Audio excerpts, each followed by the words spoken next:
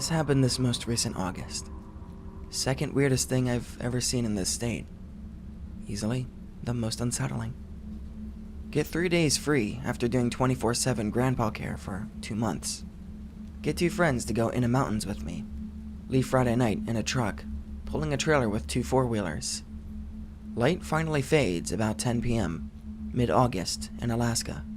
Take it easy on speed because big old diesel. Get to the target highway at about midnight. Pavement ends at mile 21-ish. Everything to now has been pretty normal. Couple miles in, road turns left with a small pull-off on the right side. Little Subaru parked there, facing into the road. LED light bar at face level.png. There's someone leaning on the hood watching us as we drive by. Tired by this point, not real concerned. Figure it's someone waiting for their hunting buddy. It is caribou season. Keep going. This highway is real rough in the fall. It's gravel, and the heavy fall rains combined with all the fall time hunting and camping traffic tears it up. Going 30 miles per hour if I'm lucky. Truck, trailer, and teeth all going daka daka daka from washboards. Nice bright full moon. Can miss the worst spots. Hit real long straight stretch before trailhead pull off. Get half-mile down straight stretch, about halfway. Lights in rearview mirror. Fucking bright as fuck light bar again. This friend is hauling ass. 50 to 60 miles per hour, or more. One friend is zonked in the back. The other one is spaced out. Point the light bar car out to him. He watches them in the side mirror. Doesn't seem too unsettled. Car is maybe 200 feet back when I finally pull into the trailhead. Car catches up 10 seconds later. Slows down to 5 miles per hour going by. Obviously checking us out. Hackles raised at TIF. Park the truck. Watched him drive down the highway for a bit. Let out a deep breath. Look to the left at the other corner of this parking area. There's an SUV parked there. No big deal. And this is where it gets way out of whack. Wake up the other friend. Kill the engine. Hop out. Instant gut assessment. Shit's fucked. We're being hunted. Time to go. My response to this novel sensation? Hey, there's something written on that SUV. Shine my flashlight on it. Moloch, written in the dust on back window, since it was parked. Oh, fuck, what? Friends are stretching legs. One has his AR out. They're both too quiet. Check out SUV. Engine is still warm. Parked within a few hours. Only front passenger door is locked. Shoes and sandals and shorts. Comfy driving wear on front seats. Full packs and compound bow in back. Full cooler, tent, and everything is untouched. 6 months expired youth group sticker on hood. Empty coffee hut coffees. Looks like a young couple out to camp. Friends are checking out this SUV. We're all at independently reached 10 out of 10 maximum alert. Look around the whole area. Nobody's there. No fresh tracks except in parking area itself. Another pair of cars with LED light bars go by, hauling maximum ass. We keep rifles on them from cover as they go by. Give in to gut feeling. Leave. Camp 30 miles away on a different highway. Come back in the morning. SUV's still there. Untouched. Still no sign of anybody around. Terrible gut feeling is gone. Take the 4-wheelers and go 8 miles back in the mountains. Have a good time camping. Get bullied by a caribou. Come back in next day. Nobody was out there. Great lines of sight and nowhere to hide. SUV, untouched. Food in the back is starting to go off. Get back to town. Call SUV in to troopers. Dispatcher goes, yeah, that's sketchy as fuck, I'll send someone out. Call back 2 weeks later to see what came of it. No record of having ever called it in, but they have every other call that I've made. Sorry, Kay. Some stories don't have a good ending. I'm convinced we were getting checked out, and the only reason they let us be was because we had our ARs propped up on the seats, and very visible. I never found any explanation for what I saw out there. All I know is that gut feeling I got when I got out of the truck was the spookiest thing I've ever felt. And all three of us felt it independently. There's some fucked up shit going on out there. I'm convinced. Someone started a thread the other day full of weird events from his youth, one of which involved UFOs. It made me want to share this personal story, but the thread was archived before I got a chance, so I'm going to share it here. I've never green texted anything, so go easy on me. First things first, out in West Texas, there's a rundown shack off the side of the road. And I mean, way off the side. The only reason I found it is because I drove from Houston to Marfa to check out what all the hubbub was about. People in my social circle go gaga over Marfa, pig related. It's like a fucking mecca for art hoes and hipsters, apparently. But it's also a gorgeous place. Clear open skies, night full of stars. We don't get this sort of thing in Houston. I spent most of my youth in the country, so it's a welcome experience to see all of the beautiful wilderness. I feel like a kid again. Stay there for a week, and towards the end I feel like, if anything, the city itself gets in the way of all that natural beauty. So, I shift gears. I buy a tent, and I pack some food. Then, I hit the highway. Somewhere between Marfa and Alpine, just before sunset, I pull my Jeep off the road and drive into the Chihuahua Desert. Not gonna lie, I had scenes of Native American vision quests dancing through my mind. Maybe this trip could be an awakening of sorts. But with no map and no real cell service, it's a little like sailing out into the open sea, all alone, without a compass. Not to bore you, but most of my life back home revolved around work, bills, and family problems. Lonely nights at the bar, the occasional bad date, and blah blah blah blah. This is all just to say that I guess I'd been searching for a reset button, and driving into that desert felt kinda cool. It's sunset, and I see something. A small hill. All jagged along the left side like someone had blown out a part of it.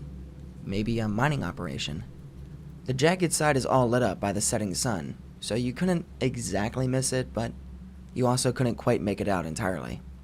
I speed towards it, feeling like Mad Max, cloud of dust behind me. Takes a while. By the time I actually make it around the hill and I'm facing the blown outside, the sun has set. Pitch black, just the headlights. My Jeep rolls to a stop, and my headlights catch something about 50 feet away. An old rundown shack sitting in front of the rocky face of the hill. It looks like a spooky face gaping at me. 2 front windows are busted open, and the front door is missing. The scream.jpg. At this point, I'm actually a little spooked. This isn't too far from cartel territory. What if I find dead bodies piled inside? Nah, I'm just letting my imagination run away with me. Shut off the Jeep and walk towards the shack. It's quiet. I'm talking about dead silence. Nothing but the crunching sound of my footsteps. No skittering of rabbits, no wind, just like the desert is holding its breath. I approached the shack and noticed the front door isn't missing. It's just a few feet in front of the doorway, like it's been blown right off the hinges. Inside, the place is barren. A staircase to my right leads up to a second story, which seems odd. From outside the place, looks like a single story. From the base, I can't make out anything upstairs. Man, I should have left my headlights on, I think to myself. It wouldn't be so dark in here. Oh well, too late. I march up the creaky steps, and that's when things get weird. First of all, the whole upstairs is furnished completely. Nothing fancy, but it is decent. On a small table sits a round wooden box. Curious about what's inside. Just then, in the distance, I hear an engine rumbling.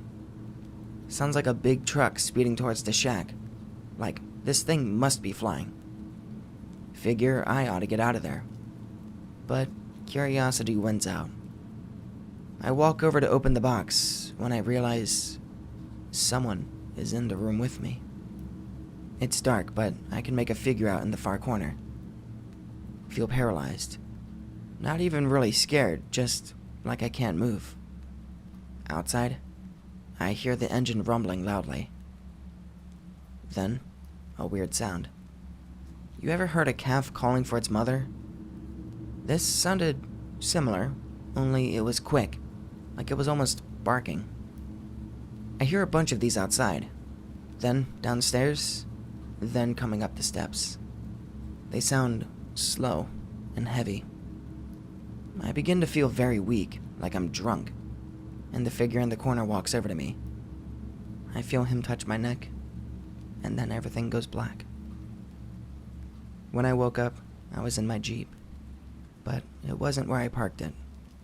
No shack, and I didn't see the rocky face of a hill. I was just right up against a big-ass cactus, and I felt hungover.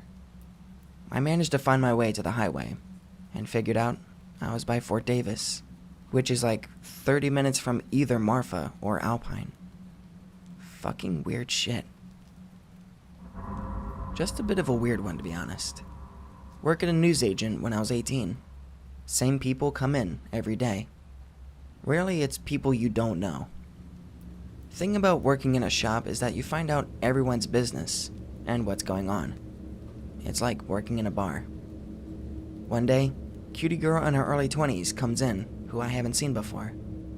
Mentions someone has just been murdered, stabbed to death, specifically, and near the arch. The arch is about 200 yards away from the news agent. Yeah, no one has mentioned it, and I haven't seen any emergency vehicles pass by, which they would have to get to the arch because this is the only road that leads to it. She was probably some junkie that doesn't know what she's talking about. About half an hour later, see some emergency vehicles pass by. Maybe she was telling the truth. Took their fucking time getting there, though. Older woman comes in and can't wait to tell me the gossip.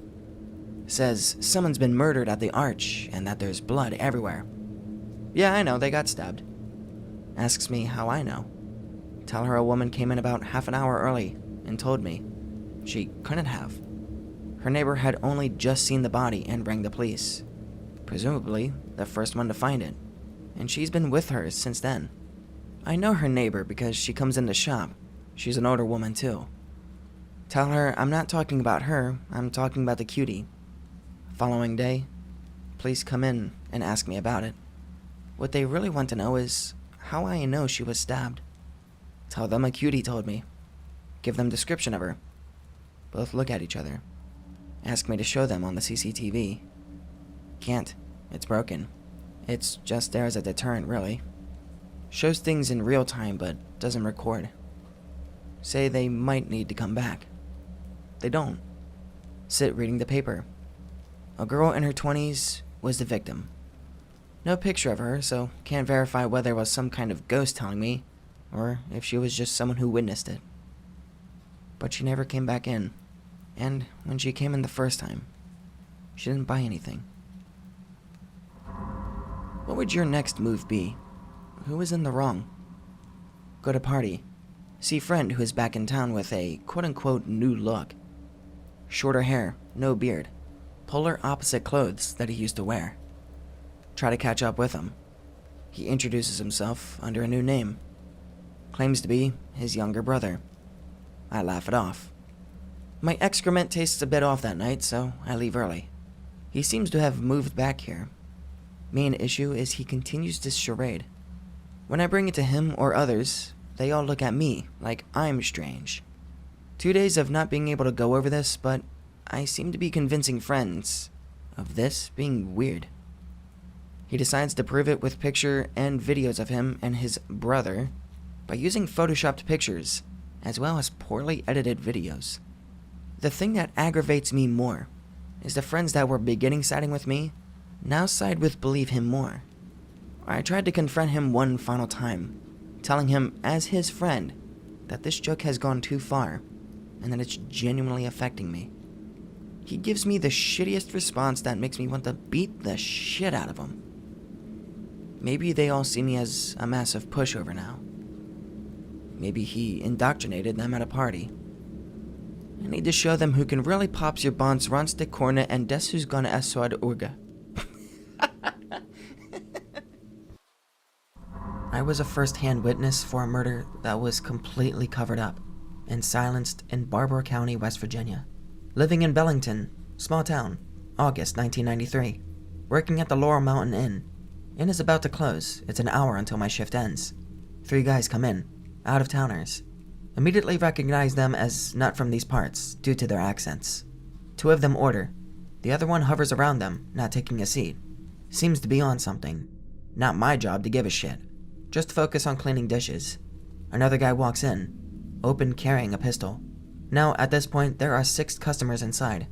An elderly couple, the 3 out-of-towners, and the guy with the pistol. There's 3 workers inside. 2 are on break. I'm manning the counter now after having finished cleaning up. The 3rd out-of-towner, the one who didn't sit down, casually strolls into the bathroom. Guy with the pistol unholsters it, shoots the other 2 guys. I'm completely shocked. Freeze up. Vividly remember this one detail. His gun did not make a single sound. Holsters it. Casually strolls out, with the 2 out-of-towners dead in their seats. Immediately snap out of it as soon as he's out the door. Elderly couple seem to be in a trance at this point. Call the police. They get there very quickly and act really fucking weird around me as I'm telling my story. They seem to not believe me. Tell them about the 3rd guy in the bathroom. They don't even go to investigate, but tell me there's no one in the bathroom. I'm feeling really fucking nervous at this point. Like, they're suspecting me. They take away the bodies. I go to use the bathroom myself and to check for the 3rd guy. Nowhere to be found. When I walk out, all of the blood is gone, and the elderly couple have left too, without touching any of their food. I contacted the police again the next day to ask about the situation because it didn't sit right with me. I was told by the operator of the non-emergency, rather matter-of-factly, that there were no records of a murder in the Laurel Mountain Inn. I didn't have work the next day, so I decided to call up one of my friends, who worked just across the road at the Midtown Motel, and would have absolutely seen anyone enter. I asked him. He said he saw the 3 men enter, and the guy with the pistol, but his account of events is fucking bizarre. He never saw the man with the pistol leave. He also said he could vaguely see the muzzle flash, and thought he heard something loud from the inn. He said he also didn't see any police cars pull up, but 2 unmarked black Cadillacs that police officers stepped out of. Every single time I've tried to contact a newspaper with this story, or the police, I was turned down and addressed as a liar. It wasn't like they were merely skeptical. They addressed me flat out as if I was making shit up, and they knew it. They would never give any evidence that I was a liar if I tried to press them on it. And in general, everything about this is suspect to me. I could be a schizo, I don't know. But I know as a matter of fact, I saw a guy outright shoot 2 people in the middle of the Laurel Mountain Inn. I don't really believe in the paranormal, and while I do dig those threads, I never cared enough to go hunting for cryptids, even as a joke. That being said, I had one hunting incident that absolutely did feel paranormal. Be me, hunting in Maine. For fun, not anything else. Don't even really hunt, mostly just chill and wander.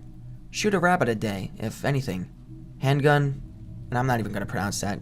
Y'all can get mad and cope and seethe in the comments. And a rifle because, yes, I am exactly that kind of retard. Only out for 3 days this time. Already on the 3rd day. No drinking today since I'll drive home overnight. It's a 5-hour drive. And I want to leave at midnight since that's always been my tradition. Want to eat the rabbit before I go, obviously. So I end the day at 1800. Only 2-hour walk from my car. Set up camp. Small fire for rabbit, blanket for me. That's it. Cook. Listen to audiobook. Chill. I'm going to turn to cliches right about now.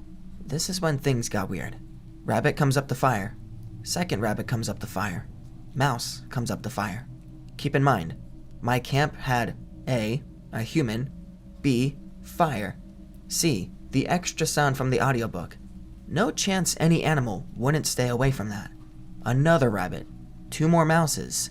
I am seriously weirded out at this point. They don't come close to me, but they stay by the shine of the fire. A fucking fox comes up to the fire. Does just the same. Doesn't attack the rabbits, the mice, ignores me, just staying on his legs, ears back, by the fire. Then, I heard rustling in the trees around. Very obviously something bigger. I'm still more weirded out than I am afraid. Despite being a massive pussy, no idea why. I absolutely don't want anything bigger than a fox trying to chill with me nonetheless. Animals around me ignore me completely now. Same with each other. They follow the rustling in the bushes. Weird as hell. Starting to get freaked out. In case that it's a human, I call out. Nothing happens. Enough is enough. So I fire off a warning shot. Into the air. I don't want to actually hit something that might get angry instead of dead from being hit with a .22. Circling in the bushes stops. Animals all watch the same spot. I do too. Rustling comes back, but seems to leave. Change guns. Wait for around 20 minutes with my animal pals before they start to leave the campfire. Sounds a rabbit and fox behaving like they should have all the time from the direction. Pack up, leave. Make the way to my car as fast as possible.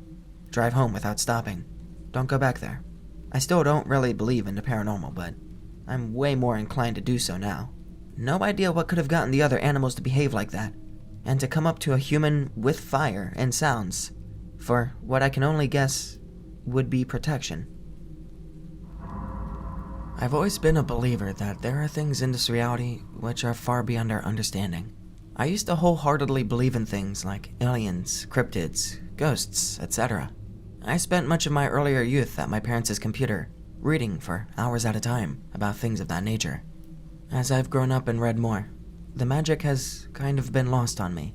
I think many of the stories we read about can be explained, although some not as easily as others. It was saddening to reflect on how many of the stories that fascinated me in the past either came to be debunked as a hoax or explained away as natural phenomenon. I guess in some artsy, philosophical sense, all stories come to an end, and they can't all have good endings. That all being said, I want to believe. I want to believe because I have seen things with my own eyes that I cannot fully explain. The magic of reading other stories and accounts may be a bit lost on me, like I mentioned, but the magic of having my own stories is very much alive. I'm no storyteller. I'm a songwriter. Not even a great one, but I will do my best to give a detailed account of some of the weird shit I've seen and try to explain them myself. The Black Rod. Summer of 2018, Northwest Ohio. I was sitting on my porch just letting my dog run around the yard. It was a partly cloudy day. I had been exhausted from working out early in the morning, and I decided I wanted to relax outside and stare at the sky. I was watching the sky for a long time, long enough to have started seeing shapes in every cloud that had passed over. It's weird how the longer you stare at something with no uniform shape, the harder your mind works to put a shape to it. However, what I ended up seeing after a couple hours was no cloud, nor was it hard to see its uniform shape, and in contrast to the white clouds, it was unnaturally black. For maybe 8 seconds, behind the clouds, I saw this black rod-shaped object pass at great speed behind the clouds. It was silent, and judging how well I could see it pass behind the several layers of clouds in the sky, without disturbing any of them, it had to be massive. I mean, hundreds of meters long. You know how you see a passenger jet in the sky? It looks small from the ground, but you know that it's a large aircraft holding well over 100 humans. This object I saw, it had to make a passenger jet look like a clown car in comparison. Another thing worth noting, I do not think this was extraterrestrial in nature, as the object left contrails, like a man-made aircraft. I think everybody is aware that our world powers experiment with technology that the general population has no idea about. I think this was a case of that nature. But what could it be? An experimental stealth aircraft? Why would it need to be that large for stealth? You would need several dozens of pilots for something that size. Some WMD class of missile test. Plausible, but if so, where in the fuck did that land?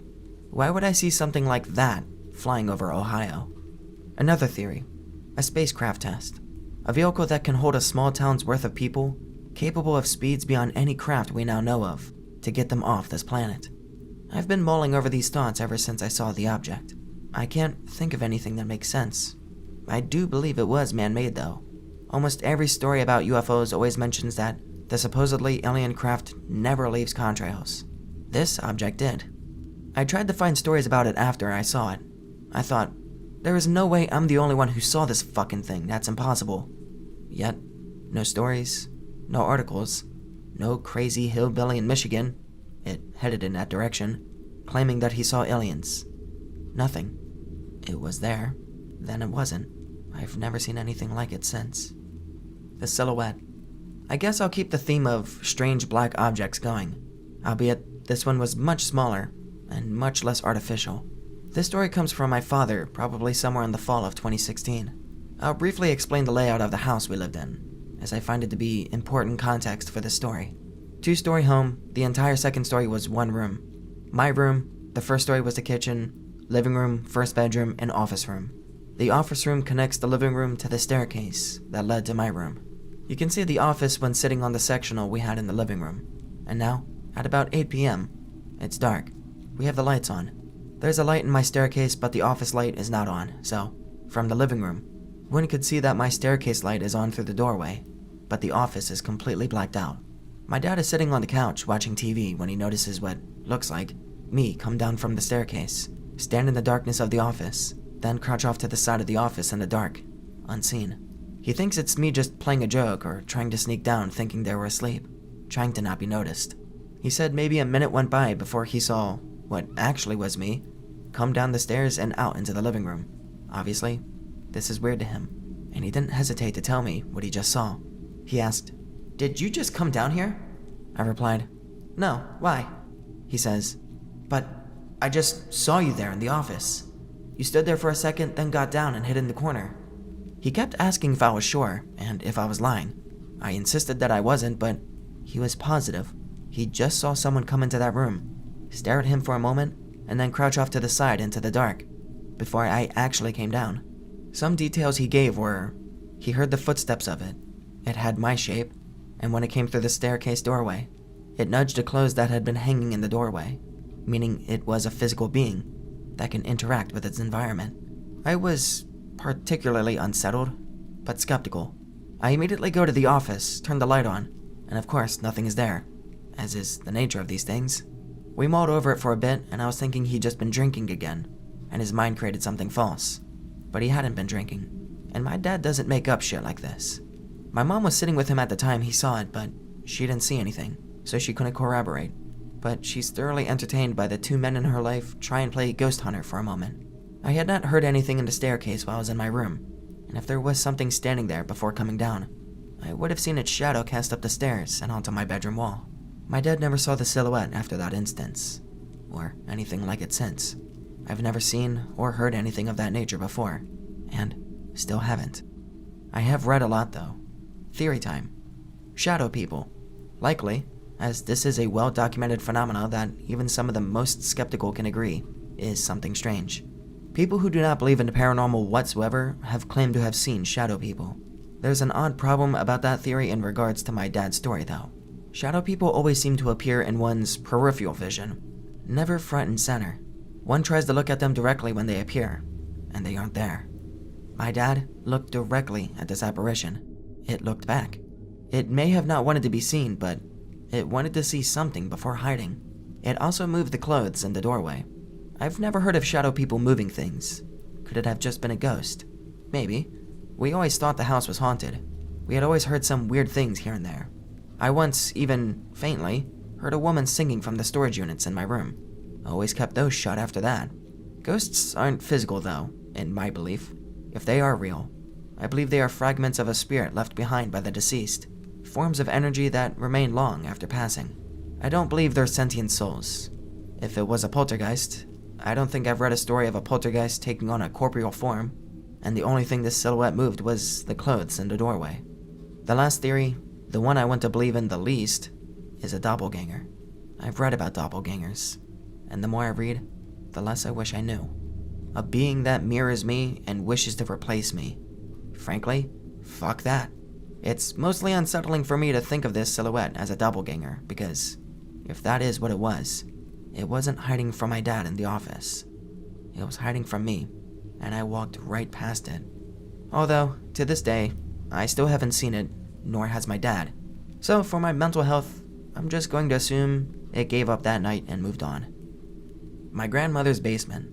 For some personal reasons I won't get into, there was a long period of time where I lived with my grandma as a toddler. She had a cute 2-story house. My cousin and I had rooms upstairs. Grandma usually spent her time watching her shows or cooking downstairs. The kitchen was connected to the basement. My cousin and I got along and played together often, with many instances of butting heads. There was one thing we always agreed on though: Do not go in the basement without the light on. Why? Fuck if we knew. We just agreed never to do it. We never really had any explanation as to why. We never thought of ghosts, monsters, or anything of the sort. We would play in the basement all the time if the light was on, but if that light was off and the door was open, it was a closely followed rule between us that we were never to go close to it. My grandma thought we were just being dumb kids. She didn't make this rule, we did. The darkness of the basement was uncanny in a way. We all know it's a human nature to be afraid of the dark. It takes training to get over, but that wasn't what we were afraid of. Anytime I caught myself staring into the darkness of the basement, I was frozen.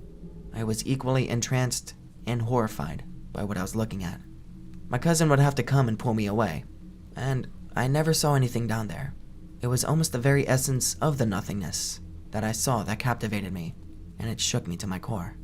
My sister, who ended up living with us for a time, had that same rule that I mentioned. She was a teenager at this point, and knew this rule before we did. She said she once stood at the top of the stairs of the basement, and she was pushed down the stairs and into the dark.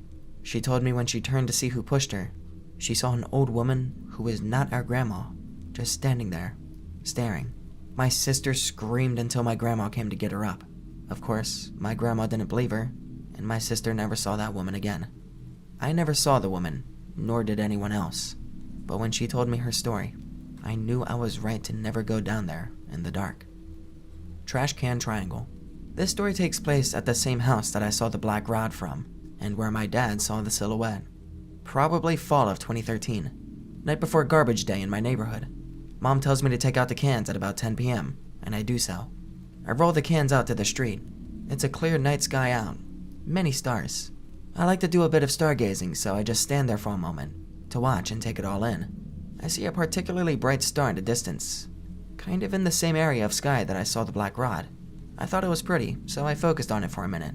It was a bright white, and oddly enough, it was getting larger. That would mean it's getting closer. It's not a star. So, I wait, either to be obliterated by a falling star, or bombed by an invading country, whatever my mind could come up with. It wasn't moving fast. It just slowly floated closer and closer over about 5 minutes. It passed right over me, and I could make out that it was triangular in shape, with small static lights at each point, with one large static light in the center. It was completely silent, left no contrails, and didn't change direction. It just flies straight overhead and never strayed from its path. This is the most cliché UFO story I have. The textbook silent triangular craft flying low and leaving me looking like a fucking liar anytime I try and tell the story. I don't know what I saw. Call it aliens, call it experimental military craft, call me a liar. I do not care. All I know is I saw it. I'm more confused about why they keep choosing to fly over Northwest Ohio. The Southern Maine Zombie. Summer of 2019. I agreed to do an odd job in Boston for a couple of days with my sister, her boyfriend, a cousin, and a dude that I am positive is either not human or just became one shortly before we met him. He's not the focus of the story though. He was just really weird. But he wouldn't be the weirdest thing I encountered on this trip. So we do the job in Boston, make a decent amount of pocket change, and figured we'd extend our trip to go see the shores of Maine. We headed out of Boston late in the day, so we're driving through Maine late at night. Some of these roads in Maine are wildly long, with very few lights, just forest on each side. My sister's boyfriend is driving. Sister rides shotgun. I'm in the backseat with my cousin and the weirdo.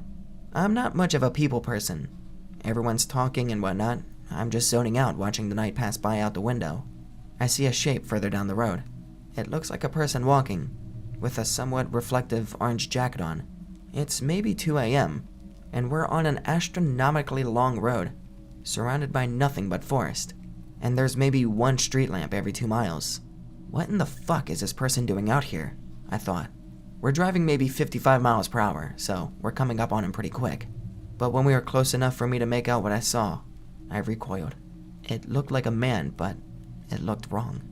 He was wearing an orange jacket, maybe some dirty jeans, but he was walking with an uncanny limp. His left leg looked like it was broken. His arms were firmly planted at his side, and his head and neck were sideways. I don't know how to better describe it. It's like his head was smashed against his shoulder. He had what I think was hair, but in hindsight, it looked too solid to be hair. It looked like dreads that were too moldy. I couldn't make out a face as we passed him. He walked in the same direction that we were driving. I asked, "Did anyone just fucking see that back there?" Sister's boyfriend replied, "See what?" Then proceeded to slow down, which I then promptly commanded, "Don't fucking slow down, go faster." Nobody saw the man like I did. They knew we passed somebody, but I had to explain exactly what he looked like and why I freaked out. We were all pretty shook up after that, but the rest of the trip went fine, without any other weird happenings, aside from the weirdo that we were with. We thought he was liable to kill us when we were asleep at a rest stop, but he's a different kind of story though. I maintain, and will continue to maintain until I die, that I saw a zombie that night. Makes the story fun. In reality, it was probably a homeless and somewhat disabled person just meandering at night, and the dark of night made my mind create some horrific image of a non-human entity. Whatever he was, I hope to never see him again. And what doesn't make sense to me is there were no houses for miles in that area, or town, or anything. Where did he come from? Where was he going? Something about Cotton Eye Joe. Why was he there? If he was in some sort of trouble, why didn't he wave us down when he saw us coming? The whole thing was just weird. Post-spooky green text. I'll start. Be me. College student, planning to go on a backpacking trip with a friend in Appalachia. Let's call him Nick. Planned trip is only a 2-day, 18-mile hike. No big deal. Close to Christmas time, so we aren't expecting the trail to be busy on the stretch that we're looking at. First night, we're looking at staying in a hostel. Second night, we will be camping in tents at a campground. Our plan seemed pretty bulletproof. Packed my Ruger Wrangler in case we ran into some rabbits to cook. The stretch of the trail we planned on hiking was pretty rocky, so we made sure to have extra first aid supplies in case one of us sprained an ankle. Fast forward to Friday night. Drive up. We get to the dirt lot outside of the stretch of the trail. It's around 8 p.m., so already dark. But the hostel we will be sleeping in for the night is only 1 mile out. Get there at around 8:30. Took us around 10 minutes to get our stuff out of my car. Only people there, so we don't have to worry about being quiet. Shut the door behind us. Rev up our camp stoves to make some tasty freeze-dried spaghetti. Yum.jpg. Head to bed at 10 p.m., as we will need rest for tomorrow's hike. Hostels on this stretch of the trail are basically cabins. They have steel doors, and this particular one had a skylight. To add to this, sleeping arrangements were wooden bunks, around 8 total in this hostel. There were 2 wooden tables for eating at nailed to the floor in the center of the room. We chose to sleep in the bunk directly across from the door, with me on the bottom bunk and Nick on the top. Wake up suddenly, still kinda half asleep. Check watch. 2:14 a.m. Skylight is covered. Must have snowed. Snow wasn't on the forecast. Kinda odd, but whatever. It's December in the Northeast. It's not that out of the question. About to go to sleep when I hear a light tapping on the steel door to the shelter. At first, think that it must be a hiker showing up late. Get up to open the door for them when I stop myself. Why the fuck would someone decide to hike on a notoriously rocky section at midnight? Decide that it's just an animal. Go back in my sleeping bag and head back to sleep. Around 20 minutes later, I wake up again to door sounds. This time, someone's knocking instead of tapping. Consider shitting my pants, but manage not to. See that Nick is already up, shining his flashlight at the door. Dude, what the fuck is happening? I ask. You think someone's trying to get in? He spits back. No shit, that PNG. Whatever the hell was knocking on the door, we weren't letting them in. If it was a person, they would just have to set up their tent and sleep outside for the night. Knocking continues for around 10 more minutes, until it finally stops. Guess the retard finally took a hint, I whisper. Nick chuckles, but then we hear what sounds like a man crying on the other side of the door. Not a kid, but like a 60-year-old man. We both freeze, completely in fight or flight mode. Maybe it's just an animal, except I don't know what fucking animal sounds like a crying old dude. Snap out of it and decide to draw my Ruger, but feel that whatever the hell is making that noise won't give a shit about being shot with a .22. Noise starts to get higher, off the ground that is, until suddenly, it seems like the source is on the roof. Slowly, look at the snow-covered skylight. Clearly see boot prints just in the center of it. Fuck this, I'm out.mp4. Pull out satellite phone. since we aren't retards, and packed one just in case. Dial 911. Tell them where we are, and that there is a crying geriatric on the hostel we're in. 911 operator sounds like she's trying to hold back a laugh, but tells us an officer is heading over to check it out. Suddenly, feel a bit of relief. 45 minutes later, old dude still crying on the skylight. We see a red and blue strobe reflect off the snow. Finally, he's here. Crying from old dude stops. Boot prints still at the same spot on the skylight. Me and Nick quickly put on our shirts and get up to meet him. He knocks on the door. Received a report of an old man crying on the roof. Yeah, that's us. We'll be there in a second. Put down my Ruger, as despite not being a friend, I'd still rather not get banned the fuck out by a trigger-happy cop. Let him in and tell him what the fuck has been happening for the past 2+ hours at this point. Show him the boot prints on the roof.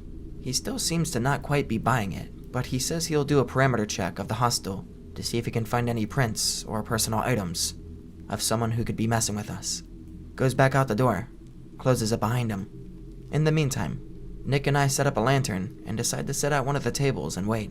5 minutes, 10 minutes, 15 minutes, 20 minutes. Wonder what the fuck is taking so long. Decide to check over at the skylight and notice that now there are 2 sets of boot prints instead of just one. We end up staying awake until sunrise, until finally gathering the courage to go outside and see what the fuck was happening. Cop car is gone. No sign of the officer. Dude just bailed on us. What an asshole, Nick says. Consider calling 911 and complaining when Nick gets a genius idea. There's a tree overhanging the roof, so he wants to climb it and go up on the roof to check out the boot prints. Tell him it's a mega retarded plan, and that we should just head back to my car and scrap the trip. He's adamant on doing it. Fine, but try and get a picture of the prints, I concede. Eat my breakfast grits while waiting for him to get down. He doesn't. No noise coming from the roof. Oh fuck. Whatever was up there must have got him. Decide to climb roof myself. When I reach the top, find nothing except Nick's phone, right next to the boot prints. Yell out for him on the roof, assuming he should be close and able to hear me. No reply. Pick up phone and check his pictures. He took around 5. Click on first one. Picture of the roof. Nothing on it. Seems normal. Second one. Picture of the sun. Third one. Picture of a black work boot sitting on the roof. Fourth one. Super close-up picture of the snow. Assumed he dropped the phone at this point. Fifth one. Picture of me eating my grits next to the hostel. Without thinking, immediately get off the roof and run back to my car. Fuck packing my shit or finding Nick. I'll file a missing persons report. Drive to the nearest town and call the local PD. Hi, I need to file a missing persons report. Me and my friend were sleeping overnight at a hostel on the Appalachian Trail, and he went missing in the morning while looking for something on the roof.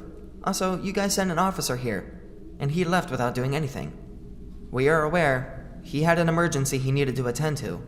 Answers a man who sounds oddly familiar. Hey, wait a fucking second, you're the asshole that... Hangs up.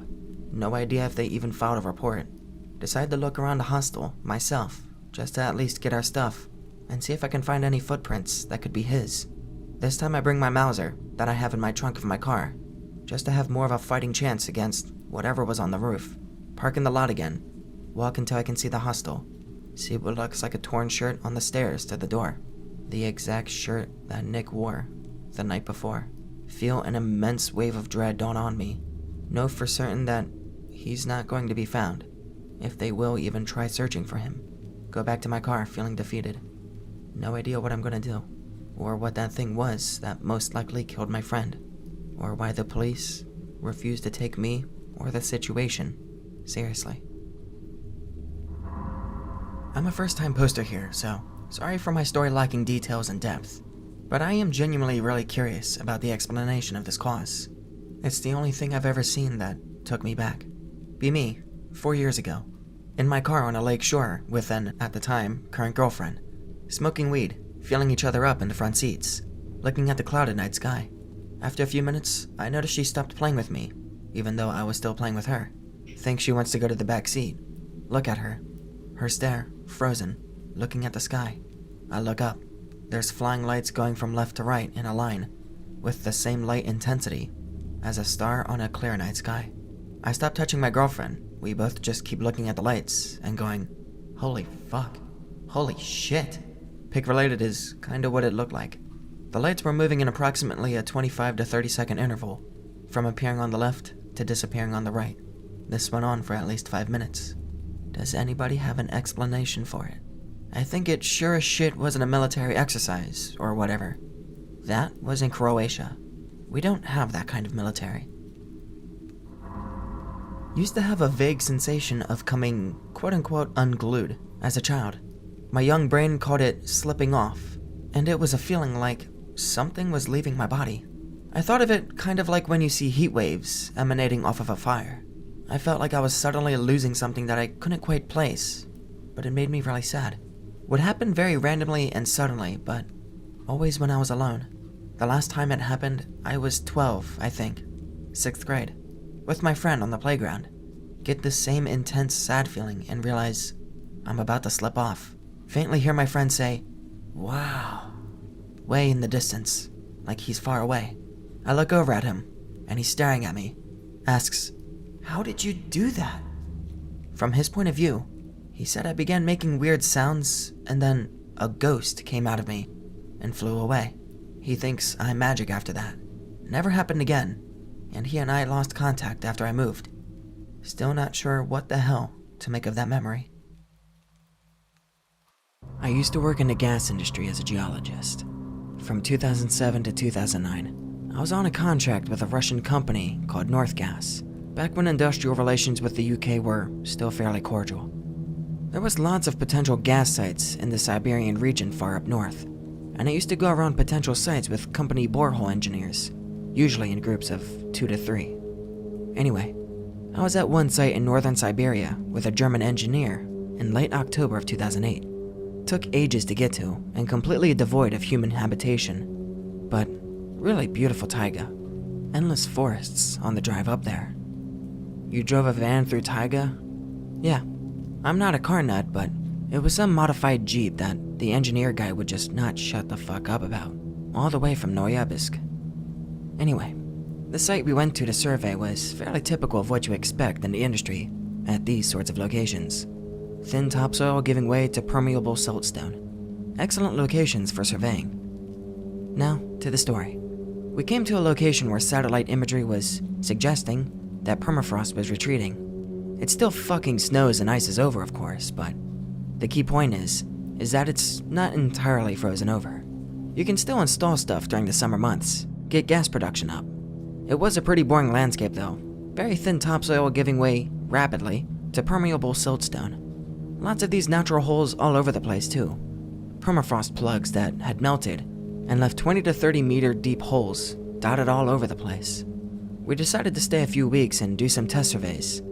First week was completely fine, got some good locations, things progressing smoothly. By the end of that week though, things were getting a little weird. Every time I would go out with the spectrometer after that first week, I would occasionally hear some noises from the holes. I was never near them because while you get a lot of gas coming off of these things, they're not terribly good for industrial drilling. It was faint, just on the border of hearing.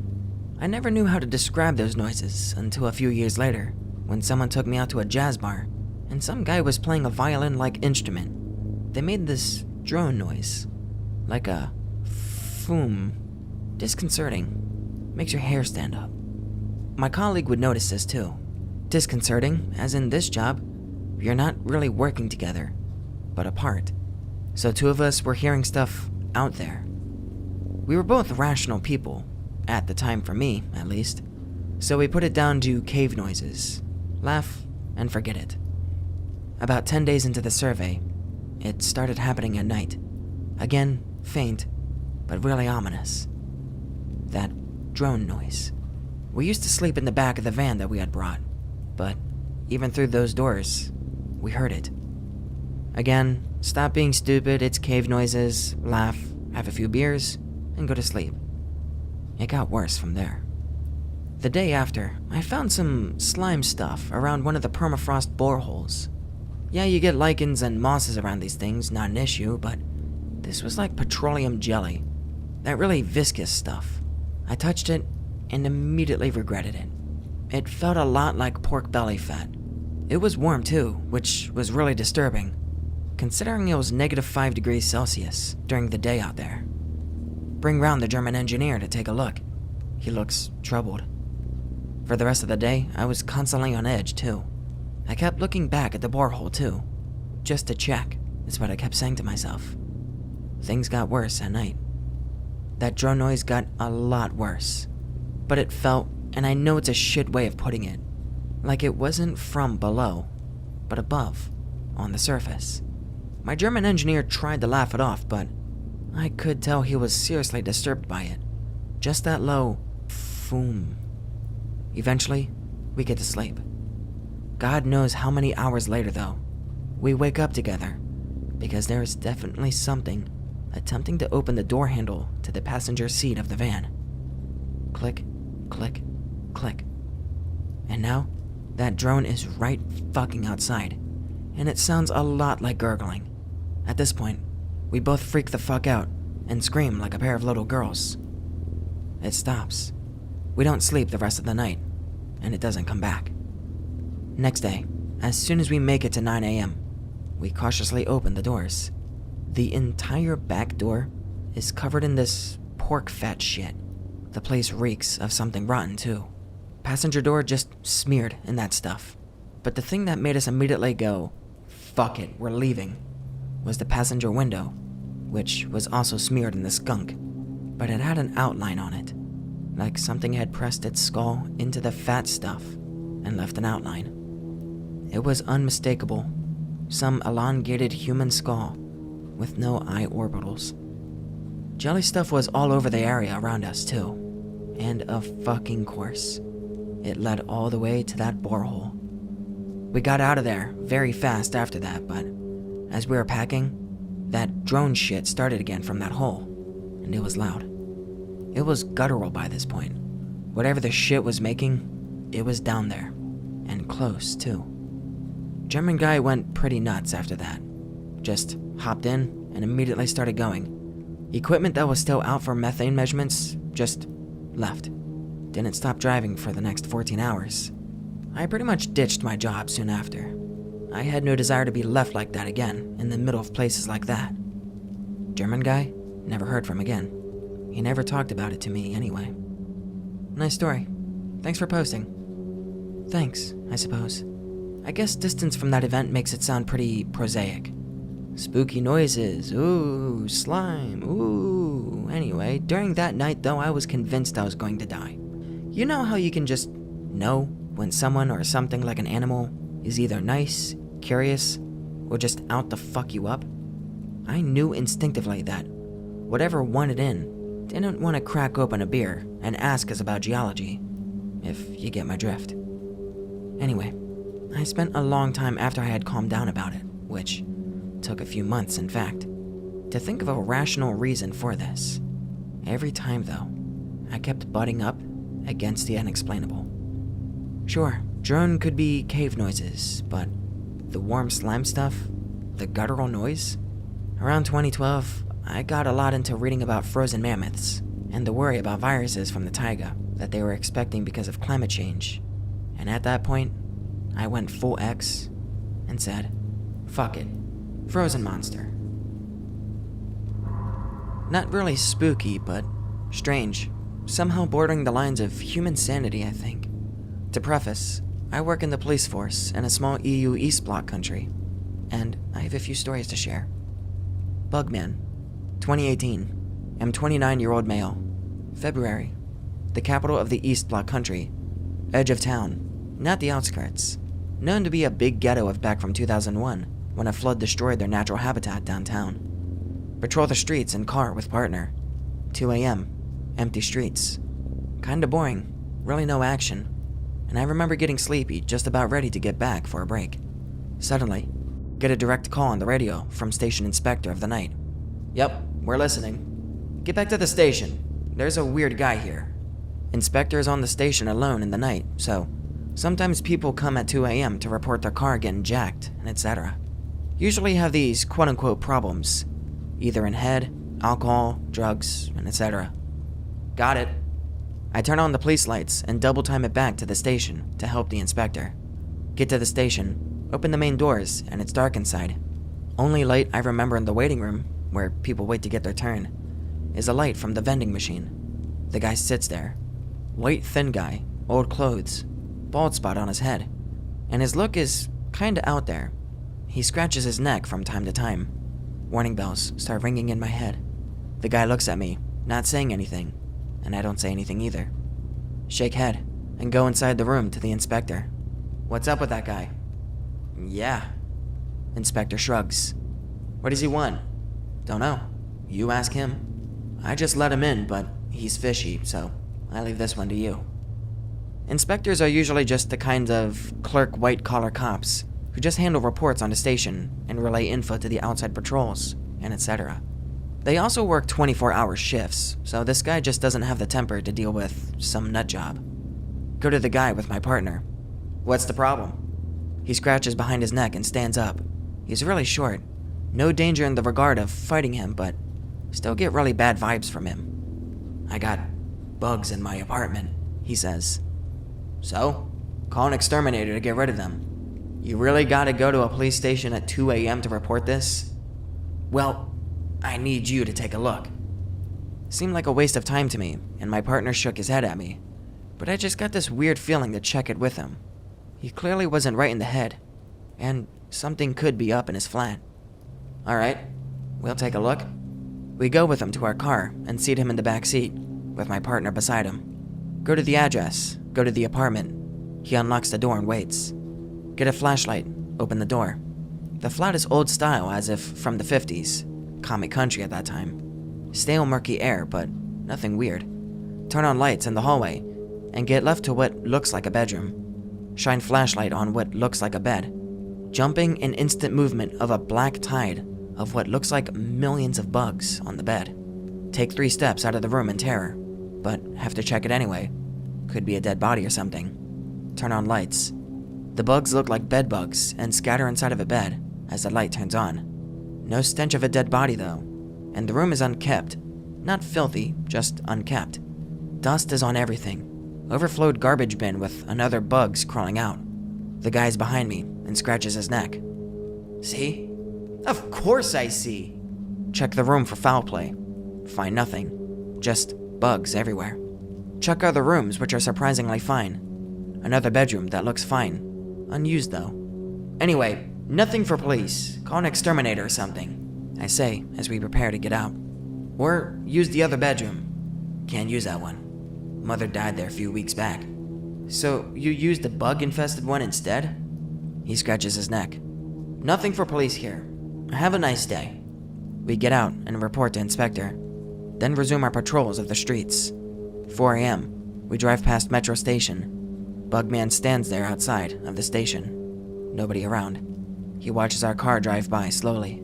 Get to station again and check car. Find a few bed bugs inside where he sat. Get the car professionally cleaned.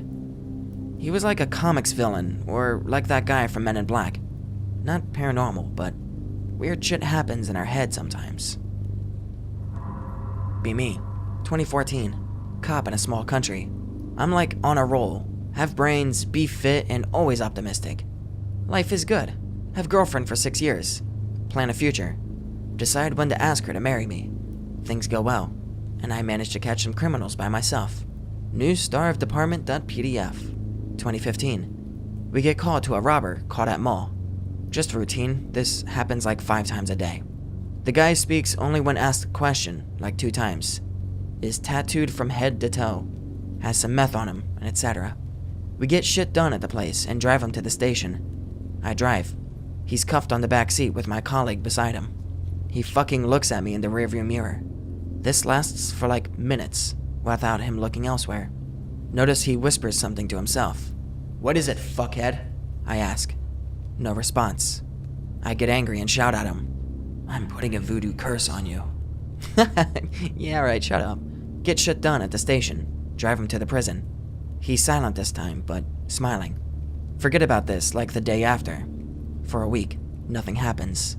Then, things start to get bad at the job. Lose some fights on the street. Citizens complain about me. Fuck up some things real bad. Can't be up on the top all the time, I think. Have a dream. Sleep paralysis.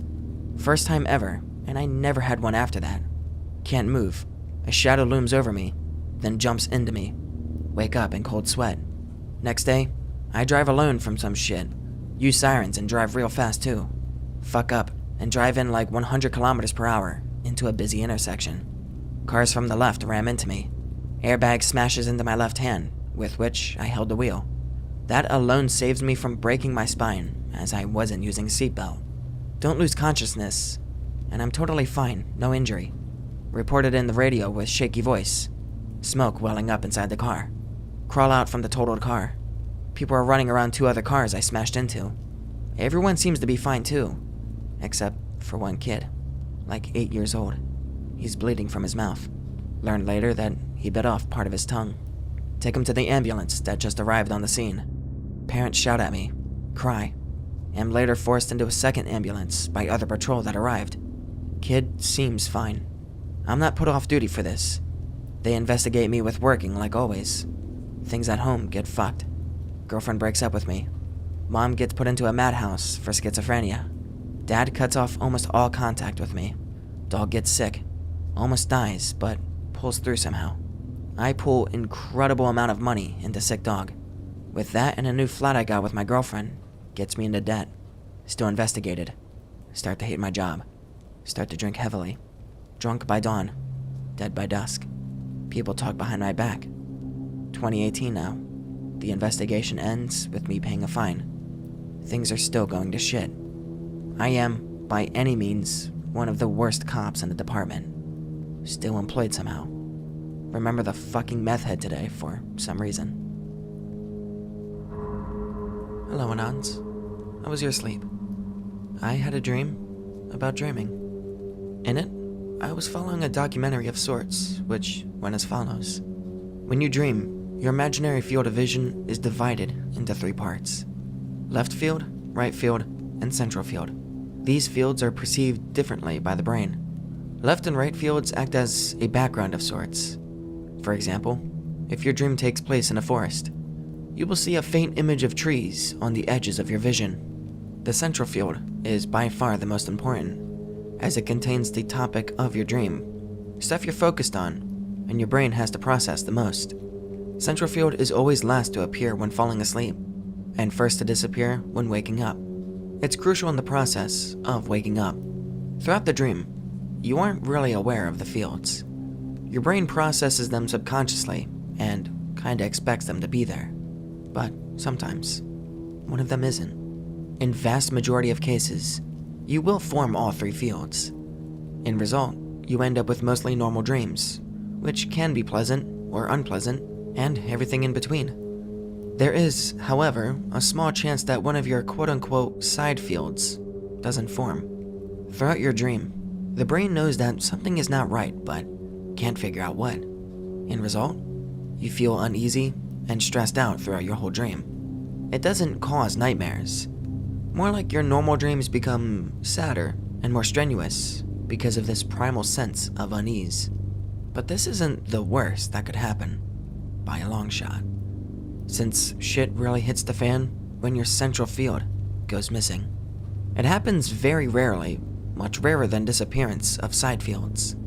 Your brain doesn't know what's going on, or what to do. It only sees the faint background of the side fields. In an attempt not to break down, it desperately fills out the center field based on the information contained within the background. The results are nightmarish. Kinda like what you get from these AI face drawing generators, but much weirder. This weird shit becomes the main topic of your dream. But it isn't a normal dream since there's no proper central field, just the background and central field mock-up. It doesn't have structure or even wacky dream logic. It's just a cacophonic mess. Brain that was already in panic mode freaks out, but it can't stop drawing the central field. Brain freaks out even more. This death cycle continues, with the brain getting more and more paranoid. Since there's no proper central part, you can't wake yourself up. The person having a dream is engulfed in feelings of raw terror, psychosis, and hopelessness, from which one cannot escape. The documentary proceeds to show a simulation of what it's like. I see all 3 fields. On the sides, there's a boring landscape of grass and gray sky. In the middle, I see a weird mashup of those elements, combined with some others that the background didn't have. I was sure that I could see a black outline of a person in this jumbled mess. As the lecturer said, began feeling very uneasy. All I hear is intrusive, unbearable buzzing, kinda like a fly that flew into your ear and got trapped. Buzzing gets louder and louder. Wake up. Be me, walking down the road to Granby's to walk her retard dog. Grandma lives at the end of the street. Not very far, but it's a few blocks. One section of the street has no lights other than dinky yard lights people have out front. Very dark, around 8 p.m. Wintertime, so it's just beginning to frost. Walking past a house in a wooded area. Neighbor has a pavilion garage with no lights around the house. Under the pavilion is pitch black. It looks like a black void under a roof. Always have some terrible feeling walking past it. Always hate it. Living in the woods, we get a lot of foxes and other critters. Often hear noises in that yard, and only that yard. Dismiss it as foxes being weird every time. Get to Grandma's house. Pitch black, as it is every night that she's gone. I have a dozen stories I could tell about this house. Take Tard out for a walk. Walk around the neighborhood. Past that house. Dog stops dead in its tracks, staring at the garage. Dog just keeps staring at the void. Won't move. Feel cold. Quietly force dog to move. He does rather slowly, basically letting himself get dragged. Eyes locked on the void. Hear rustling in the bushes on the opposite side of the house, direction that we were walking. Trees separating the properties begin shaking hard. Jog home with dog who tries to stop and piss every 2 seconds, because he's retarded. Get to Graham's house, locked doors. Tard dog goes to the back door, starts baring his teeth, growls, starts barking. Eventually gets furious and starts going fully berserk. Never seen him this loud or angry. Tell myself he'll be fine. Step outside. Dog still going nuts at the back door. Lock up.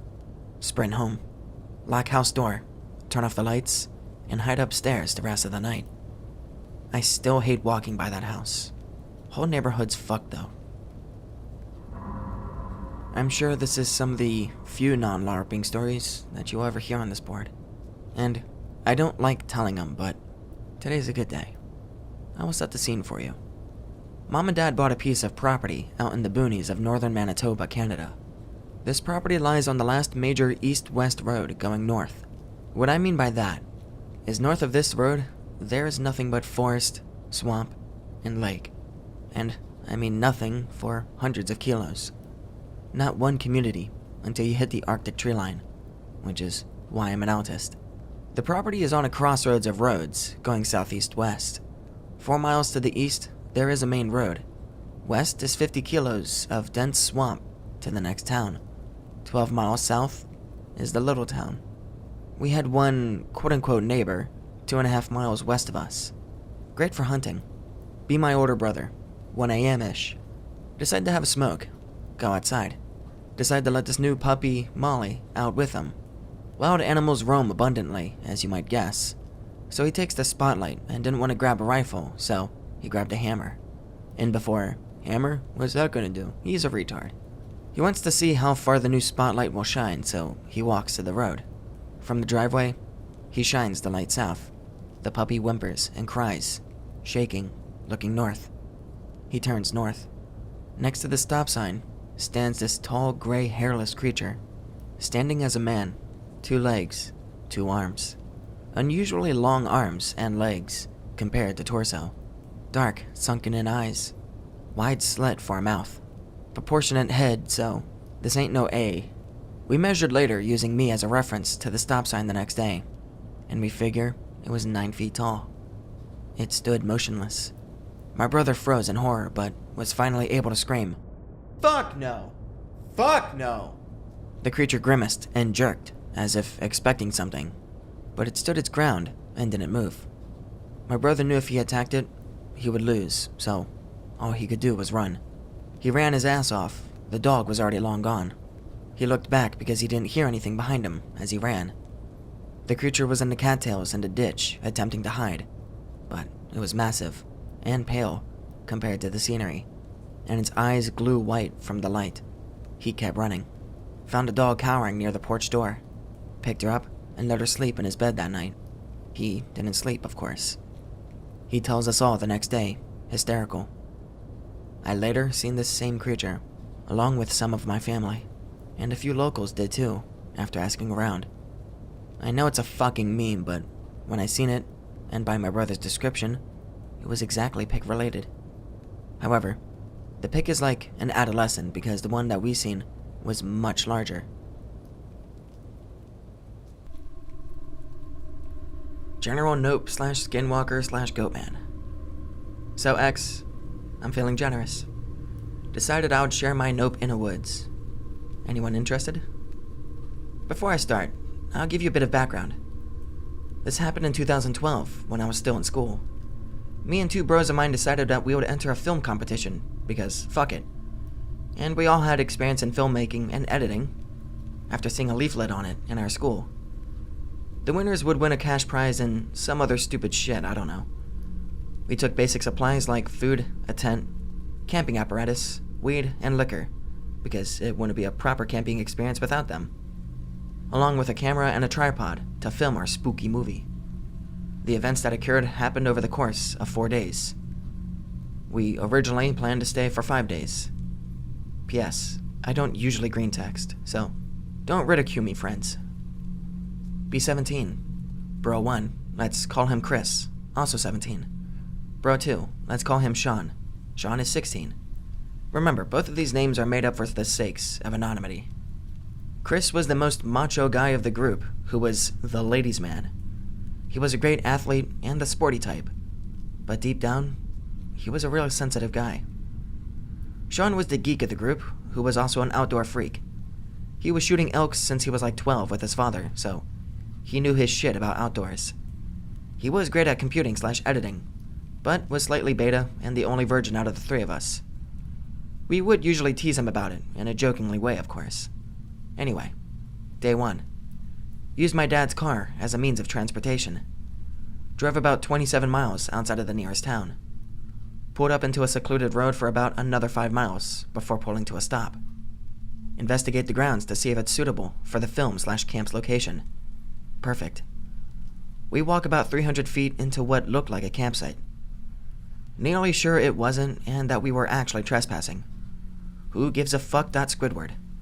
What? We were all appointed roles. Mine was to collect firewood when necessary. After prioritizing the important shit like setting up our tents, starting a fire, and getting our bearings of the surrounding area, we started the film. The film was meant to be one of them cliche slashers in the woods, like Wrong Turn and Friday the 13th. I was a character alongside Sean. Chris filmed the film using the camera and tripod. Looking back, it was cheesy as fuck, but it was fun. What seemed like no time was actually like 5 hours of shooting and messing about. Sean suggests heading back to the campsite as it's getting dark, and we don't want to get lost. We get back to the campsite and some of our stuff is missing and misplaced.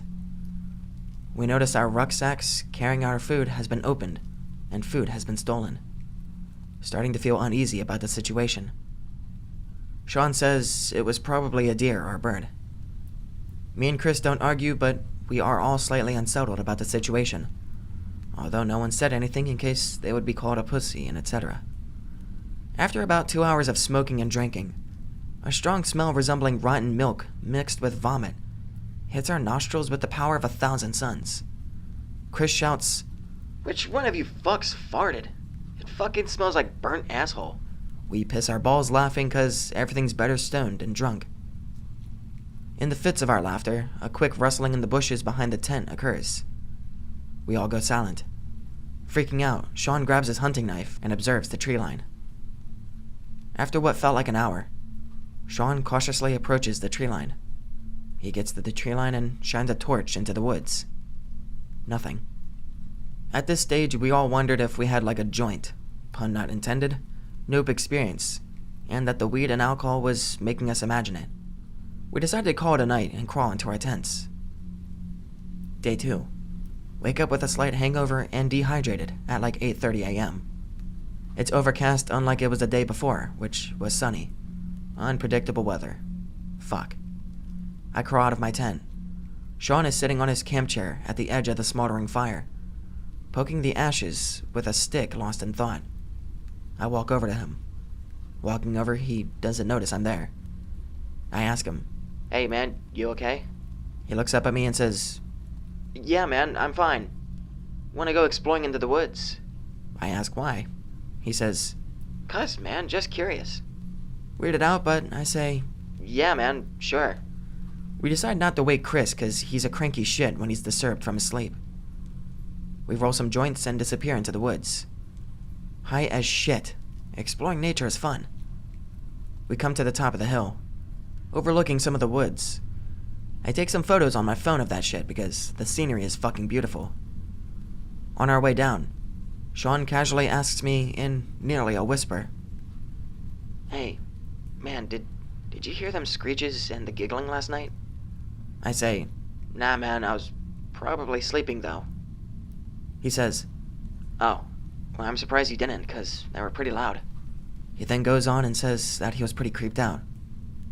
I nervously laugh and say, "It was probably a fox or something, man. I wouldn't worry about it."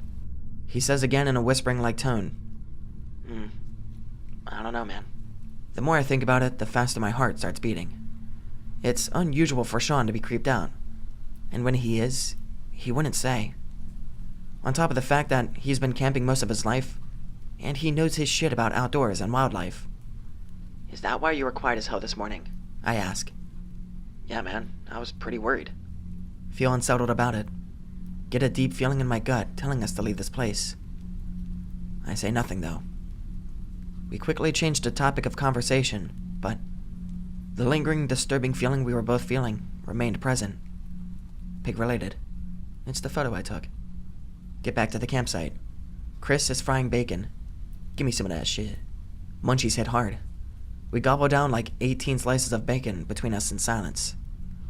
We tell Chris what Sean told me. He's generally worried, but doesn't let on. We can see it in his facial feature and eyes. Comfort him by saying it was a fox or some shit. Resume filming. Filming for 2 hours. Call an early day of filming because Chris had a bad hangover. We don't complain as we're worn out also. We walk back to campsite. Everything's the way we left it, thank God. Have an early night. Another picture that was captured. Day 3. Wake up fresh as fuck. Fuck yes, that JPEG. The other 2 fuckwits are still asleep. I decide to go for a walk because I'm bored. After about 15 minutes of walking, I get a smell of decomposing flesh. I come across a bird about the size of an Xbox, laying dead. It's completely skinned, and mutilated and covered in flies. Get an overwhelming sense that someone's watching me. I look behind me. About 110 meters away, can make a black figure lurking in between trees and bushes. Whilst looking at it, I hear giggling from behind me, which sounded about 10 meters away. Nope. I run towards the direction of the campsite faster than a friend with a dinner turkey for KFC without looking back. I tell the guys what happened. They actually believe me, probably because of all the weird shit that's going on. We're all worried at this point, worried to the point that we might cancel the rest of the filming. For the rest of that day, we didn't leave the tree line. We sat on our chairs on constant edge, jumping over every creek or crack. When it got dark, we decided to finish the rest of our polished vodka because fuck that. Drunk as fuck, we forgot all about the spooky things happening. Chris notices we're going low on firewood. Before anyone can mention, Sean volunteers because he's a crazy motherfucker with alcohol in him, and is by far the drunkest out of us 3. Says, "I need a piss anyway," in a slurred voice as he's drunk as shit. He staggers off into the tree line and into the pitch black. Me and Chris resume talking.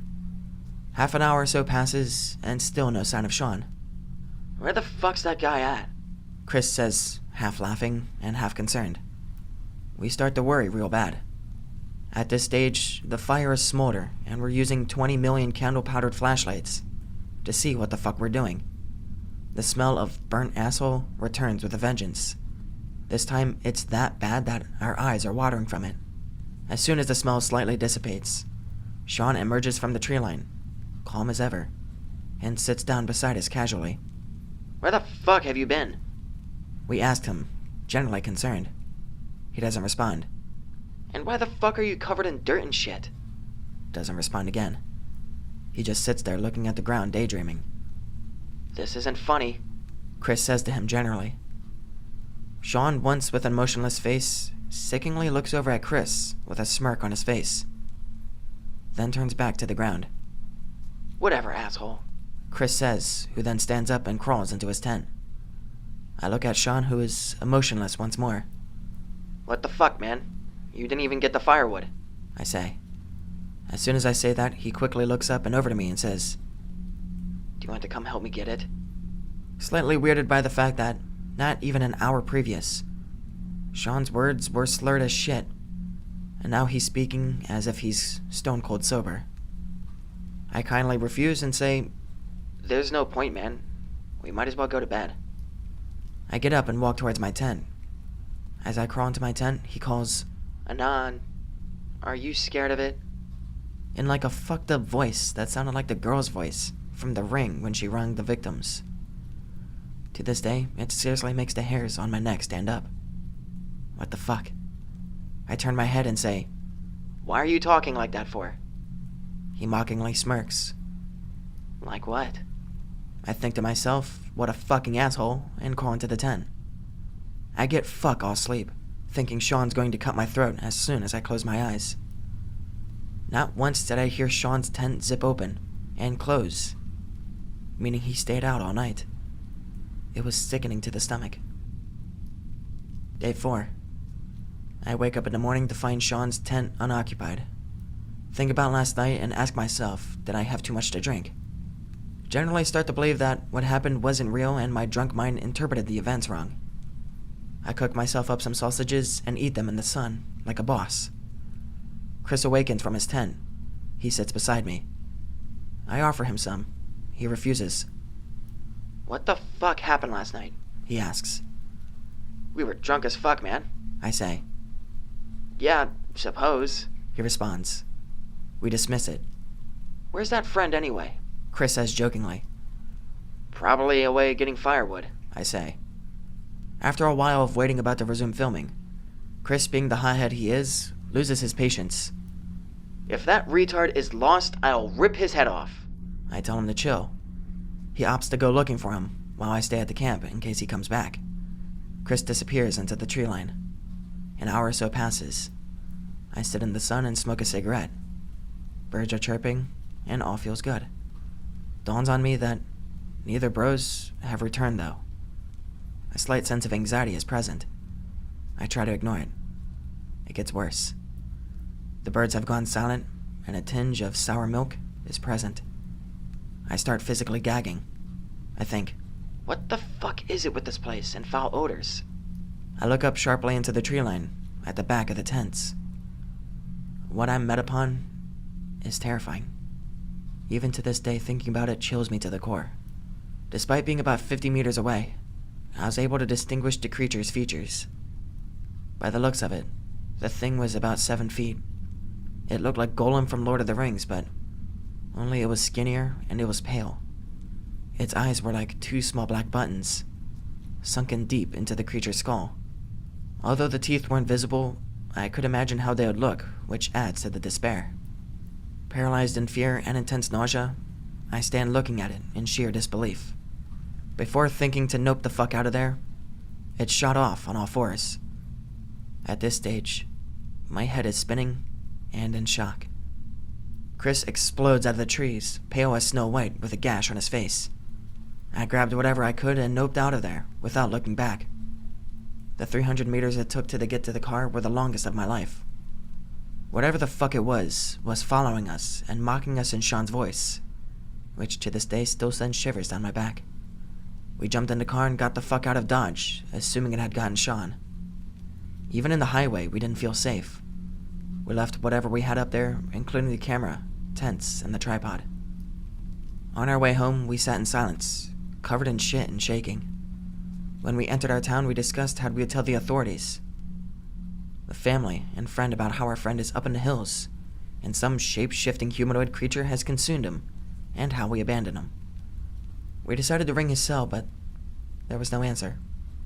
We called out his parents to see if he had gone there. We automatically assumed he wouldn't be there because his parents were out of the country. He answered the door casually as if to say nothing happened. We talk and explain all the shit and what happened.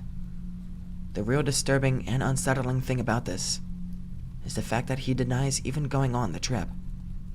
He said he'd been staying at home during the entire duration of the trip. We are in utter disbelief, and of course, when we tell all of our friends about this, they don't believe us. There is no proof of him being up there. The only proof is on the camera, and we noped out of there before retrieving it. Since 2012, I've moved from that town, and from what I know of, Sean has alienated himself from his family and friends. He lives by himself and doesn't leave his house apparently, but I don't know for sure. Pretty much after that, I cut all contact of way with him. I occasionally talk to Chris on Facebook, but that's about it. Pic related. It's my tent on day 1. More pictures from my old phone.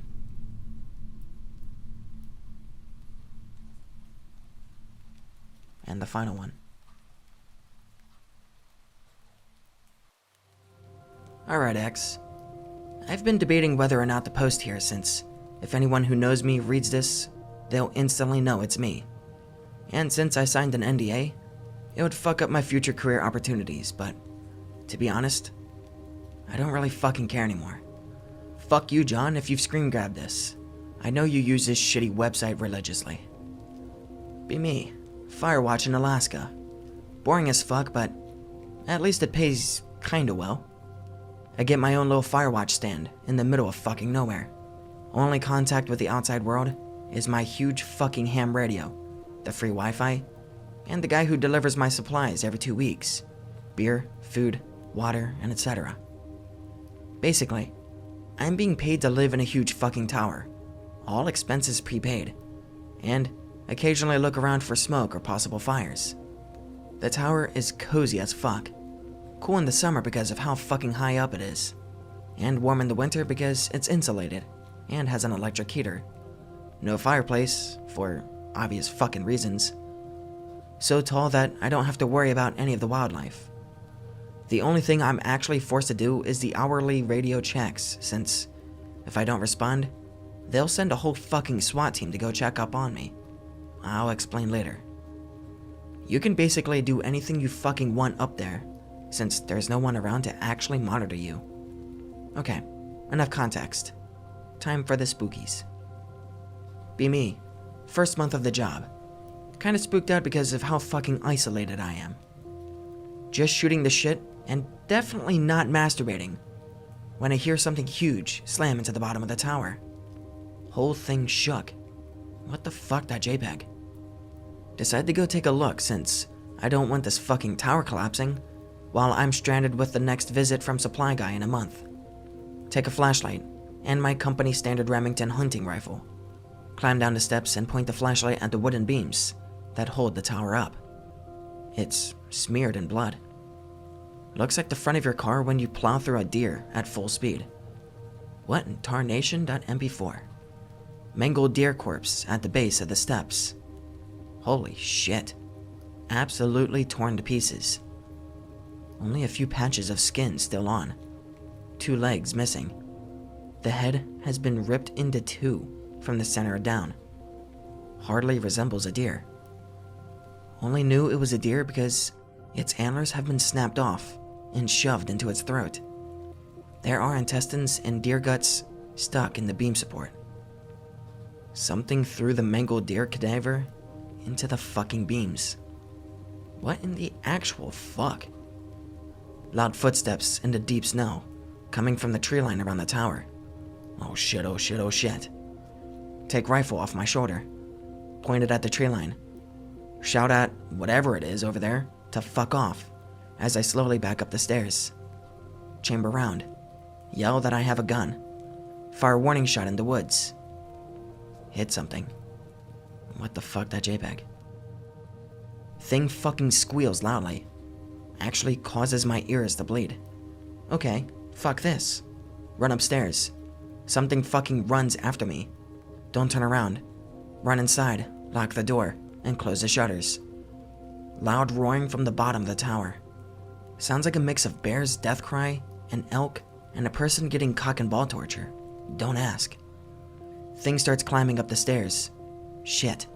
There's a small gate about a third of the way up, meant to stop bears and shit from walking into my fucking living room while I sleep. It doesn't know how to open it. Fucking praise keck. About an hour of it trying to push the gate open, and it fucking scream roaring at me, it finally leaves. Don't go outside until the next day because it could be trying to bait me out. Deer is gone. Guts are gone. Blood smears are still there. No tracks because of the snowfall. Go back inside and play Skyrim. Act like it never happened. The first pick is the closest to my work environment since I'm not using real picks because I don't want you friends calling the park ranger station to tell them that Tower 7 is snitching. I guess I should elaborate on why the park rangers send a fucking SWAT team to check on you if you don't respond to that hourly radio check. Hourly radio check. Basically just responding to Tower 1, our coordinator, when he says our tower number. It's just shitty roll call. Tower 4 doesn't respond. It's the 6 a.m. check. He's probably still sleeping, which is normal for Tower 4. 3 checks later. He's still sleeping. Okay, what the fuck? Tower 1 says that I and Tower 8 should go check on him if he doesn't respond to the next one since we're the closest. Next check comes, and he doesn't respond. Well, fuck, that JPEG. Tower 8 rolls up in her shitty Land Rover and drives us to Tower 4. Pull up outside Tower 4. Huge fucking blood trail leading from the stairs and into the woods. Holy shit, that MP4. Go up the stairs while Tower 8 tries to find where the blood trail ends. The bear gate has been torn off and is currently up a nearby tree. What? Climb upstairs. Slowly enter the living room with my handgun. We have to keep it on us at all times. The door is already open. Or rather, it isn't there. Enter room. It's fucking carnage. Blood and bits everywhere. There's half a fucking hand on the floor. No body. Seems like something burst into the room, tore up Tower 4, and dragged his body out. Remember that Tower 8 is literally following the trail of whatever could tear through a thick wooden door. Oh fuck, that JPEG. Jump down the stairs and yell. She's staring off into the woods, gun drawn. Says she's not going there because there are bears and wolves and shit. Wise. Call it in on the radio. An hour later, a literal convoy of armed park rangers arrive. Tell us to fuck off. Never hear anything about it again. Have to give some shitty story to the others that he retired at age 22. There's still more. Time to introduce you to the guy. The guy is literally just this fucking guy with a burnt face who wears a suit. He looks like he's been in a fire or something because his face is scarred as fuck. He doesn't say anything. He just watches you from a distance, normally from the tree line, and writes in his clipboard. Every single tower has seen him. Apparently, according to Tower 1, he's been spotted here since the 50s. I've tried approaching him a couple of times, but he'll just walk behind a tree or a rock and fucking vanish. Looks like the Jim Carrey mask guy from Metal Gear Solid 6, just without the mask that he wears. I've only heard him speak once. I was slowly approaching him from behind, trying to get the jump on the fucker. When he turned around, looked at me, and said, "Cougar," in a Norse/Russian accent, before turning around and walking behind a rock. What the fuck? Turn around. There's a fucking cougar a few feet away from me. Its prob's been trailing me as I followed him. It runs the moment I point my rifle at it, due to fight or flight. I don't know if he saved me or tried to get me killed. Thanks, Jim Carrey the mask. No one knows who he is or where he comes from. He just shows up, looks at you, writes in his clipboard, and fucks off. The closest he's ever gone to someone was when he walked out of Tower 3's toilet and just left through the front door, or the time he appeared outside my fucking window watching me sleep. The local Inuit folk seem to know about him, but they refuse to say any more than, "Oh, him, right." aside from that he's been here well before Whitey showed up and has been just a part of the local tribe's life for eons. They won't give the name they have for him or any stories about him. They'll just tell you to keep your distance and not to piss him off. I know it's boring, but that's literally it. You'll see him around 8 times a month, and then he'll disappear for 4 more to go spook the shit out of the other towers. Tower 9 leaves him little goodie bags of spare food and etc., which he's seen him pick up and eat, so that's cool. Be me. Finish up the 8 p.m. hourly radio check. All the others until 6 a.m. are optional because sleep is a thing. Load up Skyrim since it's the only game I can play because the Wi-Fi is down due to snow. Play for like 2 hours. Knocking out window. Don't care. It's probably the guy or something. He does this often. Knocking continues. Ignore it. Loud slam at window. Holy shit, okay, you've got my attention. Open blinds expecting to see the guy and his stupid fucking clipboard. He's not there. Scan the windows. Nothing, nothing, nothing. Child peeking from the corner. Nothing, nothing. Wait, what the fuck? Snap back to window. Kid stops peeking the moment it realizes that I've spotted him. Oh shit, that MP4. Override my gut telling me not to go outside. If there's an actual fucking kid out there, then it'll die. And I don't want frozen kid corpse on my stairs. Open door. Absolutely nothing. What the fuck? Call out. Still nothing. Hear scuttling behind me. Turn around. Dead bird on floor that wasn't there before. What the fuck? There's a gift tag on it. A gift from me to you. Okay, fuck this. Go back inside. Bring bird with me because I don't want to piss off Ghost Kid. Shut blinds. Go to sleep. I still occasionally get knocks at my window at god-awful hours of the night from time to time, with little dead bird gifts every 4 knocks. Pick is the type of bird it was. Be me. Going for a walk because me bored. Tell Radio I'm going on a walk so they don't send a fucking army. It's summer, so no snow. Still bring the rifle because bears and shit. Have fun taking pop shots at deer to scare the shit out of them. Stumble across a huge camper van. We're not accepting campers cause COVID, so I go to investigate to make sure it's not a hobo or a cultist. I'll get into that soon. Place looks old yet new. Go inside after checking some of the tents outside. Looks like someone's been living here. Empty cans in the corner. Sleeping bag on the couch. What, that JPEG? Doesn't stink like shit, surprisingly. Old diary on the table. Take a read. It's from one of the people who used to work here. He got promoted from Firewatch to park ranger, and then retired. Have fun reading through his journal. It's about him coming back because he missed the openness of the forest. Starts talking about some guy in a suit in the woods. Realize it's probably about clipboard guy. He mentions chatting to him. He doesn't do that, but okay. Pretty cool. Last entry was a few days ago. Says he's going on a hike tomorrow to look for it. No later entries. What the fuck? Leave because it's getting late. Go back a few more times. Nothing changes. He doesn't come back.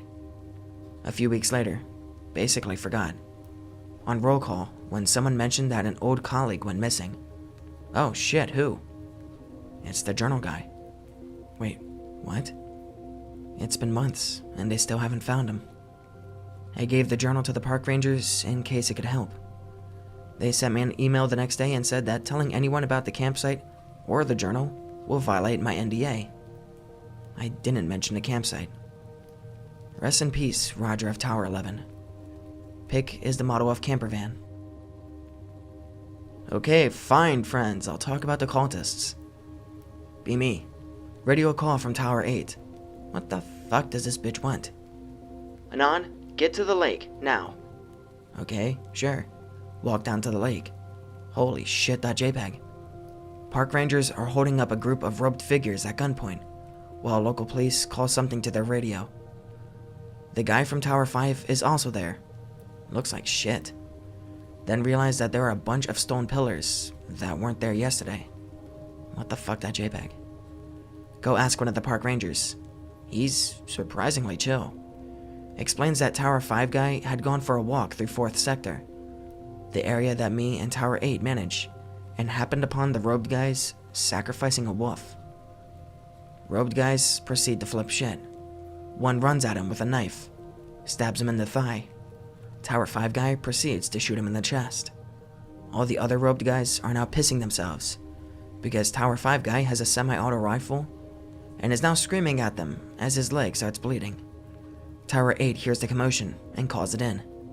That's when the park rangers arrive and hold them all at hostage. They pull the shot guy into one of their trucks and provide first aid. Tower 5 guy is former Spetsnaz, who is living out the rest of his days in retirement in the Alaskan woods. Go figure. So he's perfectly fine. Did all the first aid himself while warding away knife-wielding cultists. Park ranger tells me to leave. I'm not going to argue with the park rangers, so I fuck off. Fill Tower 8 in once I get back. Later find out all the robed guys got off scot-free because one of the people in the local police force is a member of their cult and uses admin powers to save them from jail. All they had to do was tear down the stone pillars and promise to never come back, and they could leave. Apparently, their cult is the 3rd largest faith in the region, with the native religion and Christianity ahead of it. They worship some water god called Moloch or something, I don't know the name. Local natives have a pretty small pantheon of gods.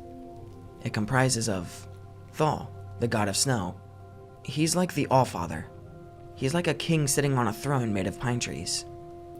Tomaka, speaker of Thal. Thal doesn't speak in a way that humans can understand, so Tomaka translates for them. He's a bird/guy wearing a bird mask who's in a dress, with no armholes, who has a scabbard on his left side. Flumini, wife of Thal. She's the god of warriors, mothers, and lakes. She's a woman with one arm riding on a huge elk that's larger than a tree. And then there's Todi. The natives refuse to say his full name, so they'll just shorten it. He's the god of fire, rot, mold, and decay, who's currently chained at the bottom of the lake in my sector. He has cougars and other quote-unquote lesser gods do his bidding since he can't do shit under the lake. Thal, Tamaka, and Flumini all lived in the mountains away from humans because their voices scare them. They're all mute, aside from Tomaka. I can't believe you retards want to actually listen to these, but okay. Be me. Depression.jpg. No friends because job means I'm far away from anyone for months. Isolation is getting to me. Decide, enough is enough. Take a rifle and head into woods. Find nice clearing to do what I'm gonna do. Put the barrel in mouth and about to pull the trigger when I hear footsteps. Turn around and see an old man with a huge white beard wearing a bear pelt robe approaching me. Quickly hide rifle because I can't bear the embarrassment of being caught at failing at killing myself. Dude walks up and says, "Can I sit with you, child?" in a deep German accent. Sure thing, Santa. The man chuckles and sits with me. He's got a cool looking eye patch on one of his eyes. He starts talking to me, just casual convo. Talk back, chatting about sports and etc. Asks what I'm doing out here on my own. Say, hiking. He says he knows I'm lying. Proceed to vent to the old man about how shit my life is. Old man comforts me. Realize old man has a pet bird on his shoulder. Holy shit, that's badass. Man says his name is some bizarre Swedish shit. Feel happy now. No longer depressed. Finally have clarity on life. Old guy says he has to leave. Lol, bye. He gets up, walks over to a thin tree, waves, and walks around it. And fucking vanishes. What the fuck? Go check. There's no way he could have just walked around this thin tree and just disappear before reaching the other side. What the fuck? Take rifle and go home. Haven't felt suicidal since. Thanks, Anna. I've asked around the other towers and I've collected some of their encounters with the weird shit about this forest. Be Tower 3 friend. Be one of the local natives. Company did a diversity expansion program to include more of the local natives for public image or something, I don't know. Fails spectacularly because the natives view the forest as a holy site and don't want to work in or even near it. Their version of the devil is literally under one of the lakes in the park. Tower 3 friend, we'll call him Ricky since it's close to his IRL name, is one of the only natives who signed up for the program. Sent to replace one of the Firewatch guys who's quote-unquote retired. He gets there and sets up shop in the tower. Decides to explore the local wilderness. Says it was the first time he'd actually been to the forest. And he wasn't expecting it to be so peaceful. Only heard stories about it. Basically, just exploring. Old campsites, etc. Noticed something moving in the distance. Locks eyes on it. Nothing there. What the fuck? Same thing happens like 7 times. He's certain that something is following him. Hears leaves rustling every now and then. Okay, fuck this. He heads back, hearing the rustling all the way back. Spooked as shit. Gets past the tree line. There's a clearing that surrounds every tower. Looks back. There's a literal clone of him staring back. What the fuck, that JPEG? Mimics his every move perfectly, all the way down to breathing at the same time as him. Just mirrored. Holy shit, that JPEG. Who the fuck are you? It says back in his voice. Slowly walks back towards the tower. It follows. Stay the fuck back. Stay the fuck back. He pulls out his gun. Thing doesn't have a gun, so it just mimics him holding the gun, but without an actual gun. It speaks. You back. He asks him what the fuck he's doing in the woods, because the park is closed for the season. You come back woods. What the fuck? Asks what he's trying to do. You come back to the woods. Thing starts moving on its own. Oh shit, oh shit, oh shit. See you soon. Thing runs into woods. Never sees it again. Still has nightmares about it, apparently. Most of the stories from the other towers are just them seeing Clipboard Guy, or them seeing things because of the isolation, so most are boring as fuck, and unusable for green texts. So, I'll fill in with some that I forgot to post earlier. Be me. It's camping season, so every night I have to deal with drunk teens and poachers. Just chilling when radio pings. What the fuck do those fuckers want? Put headphones on. It's one of the lead park rangers. Oh fuck. Anon, we've got some missing campers in your sector. We're sending Tower 8 and 5 over to help. Tower 5, Spetsnaz guy, is coming because me and him are the only people in Firewatch who know anything about tracking or finding missing people. I'm basically a veteran forest ranger at this point. Tower 8 is coming because it's also her sector, so it's also her responsibility to go find the campers. Park rangers can't do it themselves because they have their hands full at the moment. Fucking rangers. Never there when you actually need them. Wait for 8 to arrive so we can go pick up the Spetsnaz guy. Start heading towards where the campers said they were going to be camping. Mangled animal corpses along the road every couple of minutes. What the fuck, that JPEG? Can't be roadkill because they don't look run over. Don't mention it since I don't want to spook the other two out. Arrive at the campsite. Park along the road and haul ass over to the area with the tents and etc. They were camping in the middle of nowhere, so their campsite is in a tiny clearing in the middle of dense woodland. Fucking teens.mp4. Shout to see if anyone is here. No response. Fuck this. Check all the tents. Looks like everyone left in a hurry. Clothes everywhere, spilled food, etc. Where the fuck did these friends go? After a few minutes of searching, we find one. He's in a tree, butt fucking naked, neck deep in panic. Guy is freaking the fuck out. Ask where the others are. He just says they went into the woods. Nice answer, dick cheese. Spetsnaz guy in Tower 8 try to get him out of the tree as I go look for the others.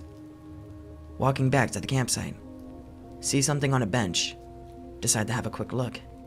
Looks like a wet jumpsuit or something. It's folded really neatly, like in a posh English hotel or something. Pick it up and unfold it. It's not a fucking jumpsuit.jpg. It's human skin. Looks like what would happen if you scooped out everything from a corpse. So it's just an empty skin suit. Dick, balls, and everything. Holy shit, what the fuck? Drop it. It's still fresh.jpg. Blood hasn't coagulated yet. Immediately called on my walkie. Park ranger on the other end goes from bored and uninterested to full fucking panic mode within a few seconds of me explaining. Put skin back on the bench. Park ranger says they'll be there any second. 5 and 8 heard what was happening through the comms, so they're already bringing the teen to 8's Land Rover. Give him some clothes because he's naked as fuck, and that's not something I want to see. Guy just keeps rambling about how they went to the lake and quote-unquote pissed him off. He isn't talking about himself based on the way he's talking about him. Ask him why he was in the tree. He put me there. Guy's bawling his eyes out while rambling. For the first time ever, Spetsnaz guy is actually concerned. Park rangers arrive. Full fucking convoy of the fuckers, armed to the teeth. Tell us to get the fuck out and give them the kid. We oblige, not wanting to face their fucking wrath. We BTFO out of there. Later find out that the skin belonged to one of the 9 kids who went missing. Rangers found 2 more skins floating in the lake. No trace of the other 6. Have to explain to the grieving parents that it was a bear attack. Fucking bullshit. The one teen that survived is sent to a mental hospital because his brain is completely fucked. Never hear anything about it again.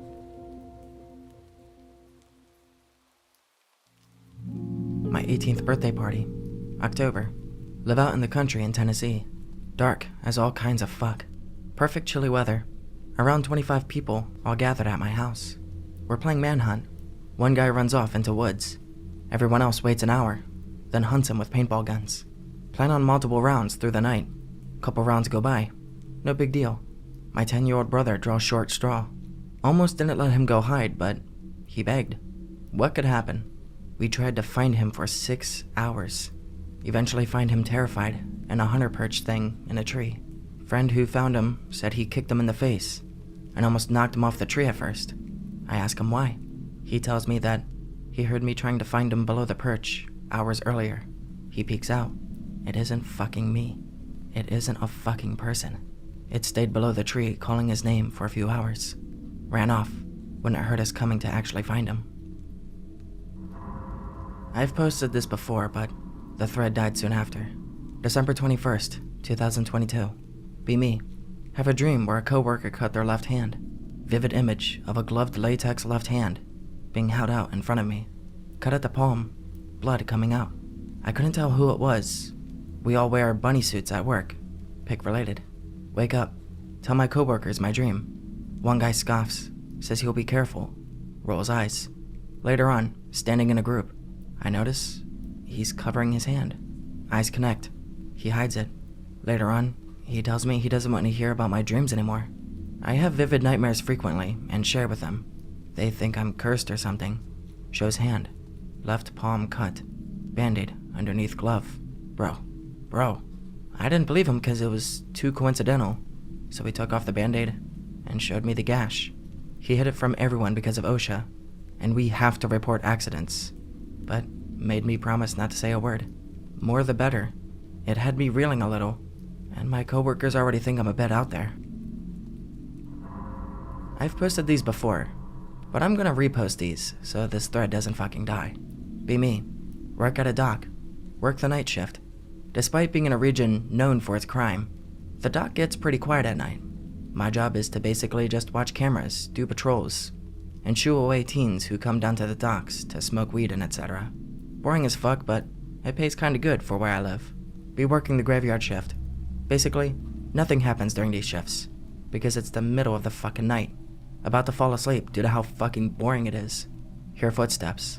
Don't give a shit because it's probably one of the other guards or one of the coworkers. Hear footsteps fade away into the distance. Remember that I'm supposed to be alone in this part of the dock, and that if anyone had entered the area, they would have called it on the radio. Fuck that MP4. Open office door and look around. See a tall silhouette at the end of the walkway. It's just looking at me. Turns and walks around the corner. Remember that I'm not a fucking baby, and that this is the only job I could find in months. Go charging after the silhouette. Round corner. Dead end. What? Literally the only way the person could have vanished like that is if they jumped off the railings and into the stormy sea below. My face went. This area is known for drownings due to how aggressive and deep the sea is. My face went. I would have heard them impact the water. My face went. This isn't the first or last time this has happened to me. Shit like this happens so fucking often that I have considered leaving, but it's the only job that'll accept me in the local area because my dad is friends with the owner. Other stuff that made me shit bricks. High school freshman. Drinking with my friends at an abandoned football field. Starts to get dark. The stands lights still work, but you had to go into the creepy-ass admin shack and manually switch them on. It was mine and another friend's shift to go. Before approaching shack, get a feeling like we're being watched. Go to turn on lights. Deed done. Exit shack. See a black Jeep parked parallel to the back door, from which we came out. Something's not right with it. Carefully approach Jeep. There's a tied-up mannequin on the passenger seat. Nope. Sprint back to friends and bolt out of the field. Swear to God, Jeep wasn't there when we were leaving. 9th grade. At a public pool with most of the same people I mentioned above. Dicking around. Weird older-looking kid approaches us. Pedo stash, but kind of developed. Bleached hair. Tall, but skinny fat. Wants to exchange numbers with us. We ask him which school he goes to. Fucker says that he's the grade under ours at our school. Red flags galore. Gives us his Instagram. Very shady looking. Can't describe without sounding schizo, but it had a gore image profile pic. Freaks out when we tell him that. Says he's hacked. Bugs us for our number, but we managed to bug him off somehow. I got one about aliens, I think, if anyone's interested. Although, I'll warn you now that it's pretty anticlimactic. Be me. Living in a little blink-and-you'll-miss-it town in a shithole country. I work at a PC repair store, but we do more general electronic repair-related stuff. I actually have very little knowledge about this shit, but almost everyone in this town is a boomer, and you would be amazed at how many people come in complaining about their broken PC, and it just turns out it's fucking covered with dust. And after a good cleaning, it works like a charm. If it's not that, you can be sure they downloaded some shifty shit online, and you just run some antivirus software and problem solved. Anyway, I'm at work like normal when the local head cop walks in. Sheriff equivalent, I suppose. And tells me he needs some help with some tech-related stuff on a case he's got. Sweating pepe.jpg. Like I said, I know very little about this stuff. But once you've fixed a boomer's PC or laptop or phone one time, they think you're a fucking savant.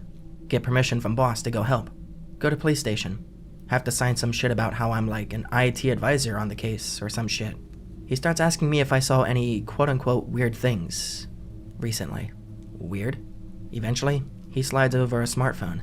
Tells me some local girl went missing, and her friend says she got abducted by aliens while they were making blogging videos of some kind, and he needs me to find them so he can watch them. I'm fucking dead inside as I scroll through this phone. We got the password from the friend. Somehow she knew it.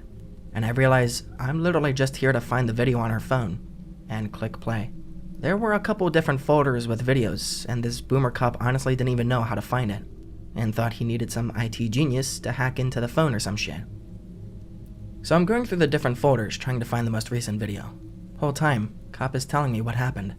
I honestly think there must be some sort of law against that. Like, he can't just tell me about this case and these people involved. But when you're in the middle of bumfuck nowhere, people don't really care too much about the rules. If the family wants to sue him for that shit, I imagine they would have to take him to the nearest city, because we don't even have a proper courthouse. Anyway, I'm half listening as he tells me about how the phones at the police station were going crazy last night, and how people were calling in about lights in the sky, and people prowling around their gardens. I'm just like, yeah, that's crazy. I was drinking and watching anime last night with my headphones on, so I didn't even hear any of this shit. Every video is just this girl, sometimes with her friend talking about some K-pop band that they like, or cooking and doing recipes and shit. All the videos are like 3 to 5 minutes long. Eventually I find a video that's 10 minutes long, 10 minutes exactly. I imagine the phone automatically stops at that point, and I skip to the end and it's just like 2.5 minutes of nothing. Phone's just pointed at the ceiling fan, and then it cuts off. Bingo! Track back to the 3-minute mark. Girl was lying on her bed talking to her friend. It's a split screen and her friend is just chilling at her house, I'm guessing. They're talking about some shit, super forced and awkward.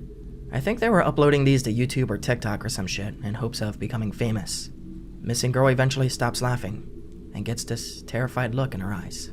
I say her eyes because her face was barely moving. Looked like she had a stroke or something. She's really still, but her eyes are really panicked. She must have had the phone leaning on something because it didn't move at all. At this point, the cop has shut up and has moved next to me. So this girl is laying there like she's got a gun to her head. Imagine her phone lying to her right by her head, probably propped on a bedside table as it records them. So we can see over her and out her doorway a bit, but most of the room is off screen. Her friend starts asking her what's wrong. Girl's eyes are darting like crazy now. I think she was trying to say, "I can't move," but it was from out of the corner of her mouth, and really mumbled. Really looked like a stroke victim. Video goes on like this for like 30 seconds. Her friend is clearly scared, but obviously doesn't want to freak out, in case it's a prank. I would have thought it was a prank, but I noticed one little tear run down her face. This girl is clearly terrified. Eventually hear floorboards creaking outside girl's room. Light from hallway gets a bit dimmer as someone walks in front of it. Oh shit, that JPEG. I'm about to watch some fucking serial killer walk into this room and take this girl. Feels like fucking CSI Miami. Girl's eyes are fixed on her doorway. They are bulging to the point that they look like they're about to pop out. Figure appears in the doorway. Very tall, very dark, quite wide across. Literally needs to turn shoulders to enter through the doorway. For some reason, the fact that it looked right, the wrong way, into the other room, first scares me. Like, it just gave it this very human element of searching the rooms for someone. Honestly, wasn't even thinking at this point. I was just watching this shit like I was completely detached, and this wasn't even happening. Like when you're dreaming, but you realize it's a dream. There are 3 of these things, and they enter one after another. The best way I can describe these things is that they look like a mix between an owl and that thing from Spirited Away. No Face is the name, I think. Imagine that, but with an owl's head instead of a mask, but also has a little lipless mouth instead of a beak. They get closer, and I realize that those giant black ovals aren't dark feathers, like how an owl tricks you into thinking it has giant eyes. These things actually have massive fucking eyes. The biggest difference between these and normal aliens is how big they were. The heads and eyes were massive, but not really disproportionate to the bodies. Looked like pig related. There is no pig. What the fuck? But they were wearing clothes, like No Face. Black shawl-looking things. Made it hard to tell what their bodies looked like, cause it was just a solid black mass. But definitely clothes, and clearly the bodies under them were huge. We just sit there, fucking dead silent, as these things walk towards the girl. Her friend has been screaming the whole time. They stand over her, and I notice that she's screaming too, but it's muffled, and coming out the corner of her mouth. It's like I'm honestly watching somebody have a sleep paralysis episode. They reach out. Hands and arms are very stereotypical of gray aliens. Slender and pale, but when juxtaposed with those huge bodies, they almost look like tentacles. 2 of them literally pick her up like she's a sack of potatoes. Like, they don't even look her in the eyes. They carry her out of the doorway.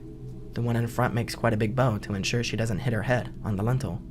Weirdly, the camera doesn't move during any of this, but after the 2 are gone with the girl, it suddenly gets knocked over, and we can hear quite a lot of clattering. I guess the 3rd one did it. Cop literally whispers, "There was signs of a struggle." I guess for my benefit, or maybe the story was just making sense in his head. We just sit in silence for the next 3 minutes, as the video rolls while pointed at the ceiling fan. Remember how I said it was anticlimactic? Well, that was basically the end. I left the police station like I was a fucking ghost, just wandering around, and I never got called back. The girl was never found, and the whole town seems to just have gone, "Huh, I guess she got abducted or something." I don't know if anyone else saw the video, and I never told anyone else but my sister, but the whole town knows the story now, and I imagine about half of them believe it. I think the video probably still exists, and I've asked a cop about it, but he just says he can't give me case evidence. Certainly he fucking cares about the rules. I don't think any men in black came and scared him, or anything like that, and I imagine he's shown it to a few people. My one friend told me the story in perfect detail, even though I never told him. That phone is probably sitting in a desk drawer right now, about 5 kilometers away from me, but I'm not about to go break into a police station to prove it to anyone. I think the official story is that she got kidnapped by 3 dudes in masks. Anyway, I still think about that girl sometimes. Her fucking eyes looking at those things, and the way they looked at the wrong doorway first. Fucking awful. Autumn of 2021. Big bro and I have been into the supernatural and spoopy shit since we were kids. Always told me about the strange and ghostly encounters from when he was in his late teens to early 20s. We've been to some places, but nothing ever truly made me believe in ghosts. Been talking about LARPing as if we were real ghost hunters. He splurges on buying multiple EMF readers, motion detectors, mag lights, cameras, and the works. Hears about some supposedly haunted hotel called the Beaumont Hotel in a tiny unincorporated part of Kansas. Some history of the place and the rumors. The hotel was originally built in the late 1800s as a stop for the railroads and for pioneers. Supposedly, the original owner worked the hotel, and his wife prostituted herself out to the guests so that they could keep the business afloat. At some point, one of the regular guests, a cowboy by the name of Zeke, took a liking to her, and an affair began. The owner found out of his wife's infidelity, and when Zeke stayed again, he shot him several times in his sleep. To this day, residents and the current owners say that Zeke still haunts the hotel, with his iconic spurs still jangling as he walks the halls. In the 1940s, as aviation really started to take off, see what it did there? Locals started using the main street of the town as a landing strip. So, in 1953, the owner at the time, James Clinton J.C. Squire, renovated the hotel and bought 70 acres of property to turn into a landing strip for pilots. This naturally brought in tons of pilots to the town who would make a rest stop at the hotel, even to this day. J.C. passed away in 1980 after selling the hotel 2 years prior, although, as far as I know, his family still runs the place. To this day, residents and owners claim sightings of ghosts and paranormal events happening on the daily. Knocks, footsteps, bangs, doors opening and closing, things being thrown and moved, all the stuff that you hear of in the movies. Anyway, brother's birthday is coming up, so we decided we would stay there for the night, for the lulz. We want to LARP as mug ghost hunters, so we take all the cool shit we can think of, book the room, and we head out. Over an hour on the highway, my eyes glazing over, staring at the direction on Google Maps. I see we're getting close. Notice dirt road off the highway that leads to this wooded over area. We go on the dirt road into the town. Trees seem to loom over us, like bending overhead to form a tunnel. Totally not ominous at all. WAD. Beginning of town is old dilapidated building from multiple eras. Brick building from the 1800s. Some old corner store from the 70s. Shit looks straight out of Resident Evil 4. See the hotel, with a nearby plane on display and an old train. All modern cars out front of the place, so seems normal-ish enough. Check in the hotel and look at all the 50s aviation memorabilia covered the walls. Neato. We're told where our room will be. We head upstairs and down this long hallway. Our room is at the very end, feeling like I'm being watched the whole way there, despite us being the only guests. I'll give a quick layout to the room. Right when you walk in, there's a huge bed with a mini fridge to the right next to the door, with a nightstand on the other side of the bed next to the wall. At the end of the room, to the left of where you enter. At the foot of the bed essentially is a wall dividing the room in half, with a TV on either side. In the other half of the room is a sitting area, with the second aforementioned TV, 2 chairs with footrests, and a bathroom. Sorry for terrible mouse art, by the way. We arrived around 6-ish, so we decided to take a load off and get settled. Cracking stupid jokes, and he's giving me some more rundown of the history of this place. Within 1 hour, our first weird thing happens. Sitting in the chair closest to the window, opposite of the bathroom, Hear knocking on the window next to me. Turn and see the blinds move on their own. Maud spooped that WebM. We both saw it, but attempt to shrug it off as nothing. Few hours pass uneventfully. Bored out of my mind, watching Family Guy on the TV in the sitting room. Around 9, we both agree we'll start a little LARPing investigation at 10:30, because that's when the hotel goes into silent time, as the owners call it. 10 hits, and we start hearing some light knocking, but chalk it up to the housekeeping. We start to set up our gear. Motion detectors in the bedroom and on the bed. We have these tiny balls that light up when you shake them, with enough force. You would give it to like a dog or something. Set up 2 in the bedroom, 1 in the bathroom, and 1 in the sitting room on the floor. We each have an EMF reader. He has an expensive nice one, and I have a shitty cheap one, but can check temperature. By 10:30, the hotel was dead silent. Not a sound from the vacuums, not a footstep in the hall. Start our search by scanning each room for readings, making sure to note every object and area that could give off shit. TVs and the radio on the nightstand, for example. Middle of the sitting room has 0 readings and rather open. Just to be safe, we turn off everything, including the ACs and ceiling fans. Around 80 degrees in room, and 0 readings of any kind. Scan both rooms and the bathroom over and over, and every corner for readings. Only shit we get is obviously if we are close to our phones or plugged in electronics. Make sure to avoid said electronics. Eventually, we both settle on sitting on the footrests in the sitting room. Occasionally check bathroom cause I just get weird vibes in there. Bathroom is so tiny, you have to shut the door to get to the shower. That's across the room from the toilet. Sit in there, and I get this overwhelming feeling to cry. Fear grips me, and I have to leave. Tell bro to check out the bathroom, but don't mention what I felt. Comes back out looking bothered. Tells me he felt his eyes water, and like something electrical touched him. We basically take turns feeling whatever is in there. Definitely feel a presence in there, like someone else was in there, and it felt cold and emotionally heavy, like a funeral. We chill back on the footrests, scan the middle of the room for readings. Ours both go into the red, getting heavy readings simultaneously from about the same area. Feel that heavy feeling again, like I was gonna cry. Take a few deep breaths and try to take this quote-unquote professionally. The readings go away. Move my reader around and get fuck all. Feel this horrible feeling like I'm being watched from kind of behind me. Suddenly, my left side feels ice cold. Move my reader next to me, and it's flashing and going off. I don't remember it reading a temp change though. Tilt it so my brother can see it, and he can see my look of like wanting to cry. Try to choke out, "It's next to me." Only a whisper comes out. Readings fade quickly, and I feel the cold shift in front of me, and back to the middle of the room. Brother's reader goes off. Track the movement with my reader to see the cause of the readings is, in fact, moving in thin air with 0 cause. Much of this dialogue is from my memory, so I'll give you the bits that I do kind of remember.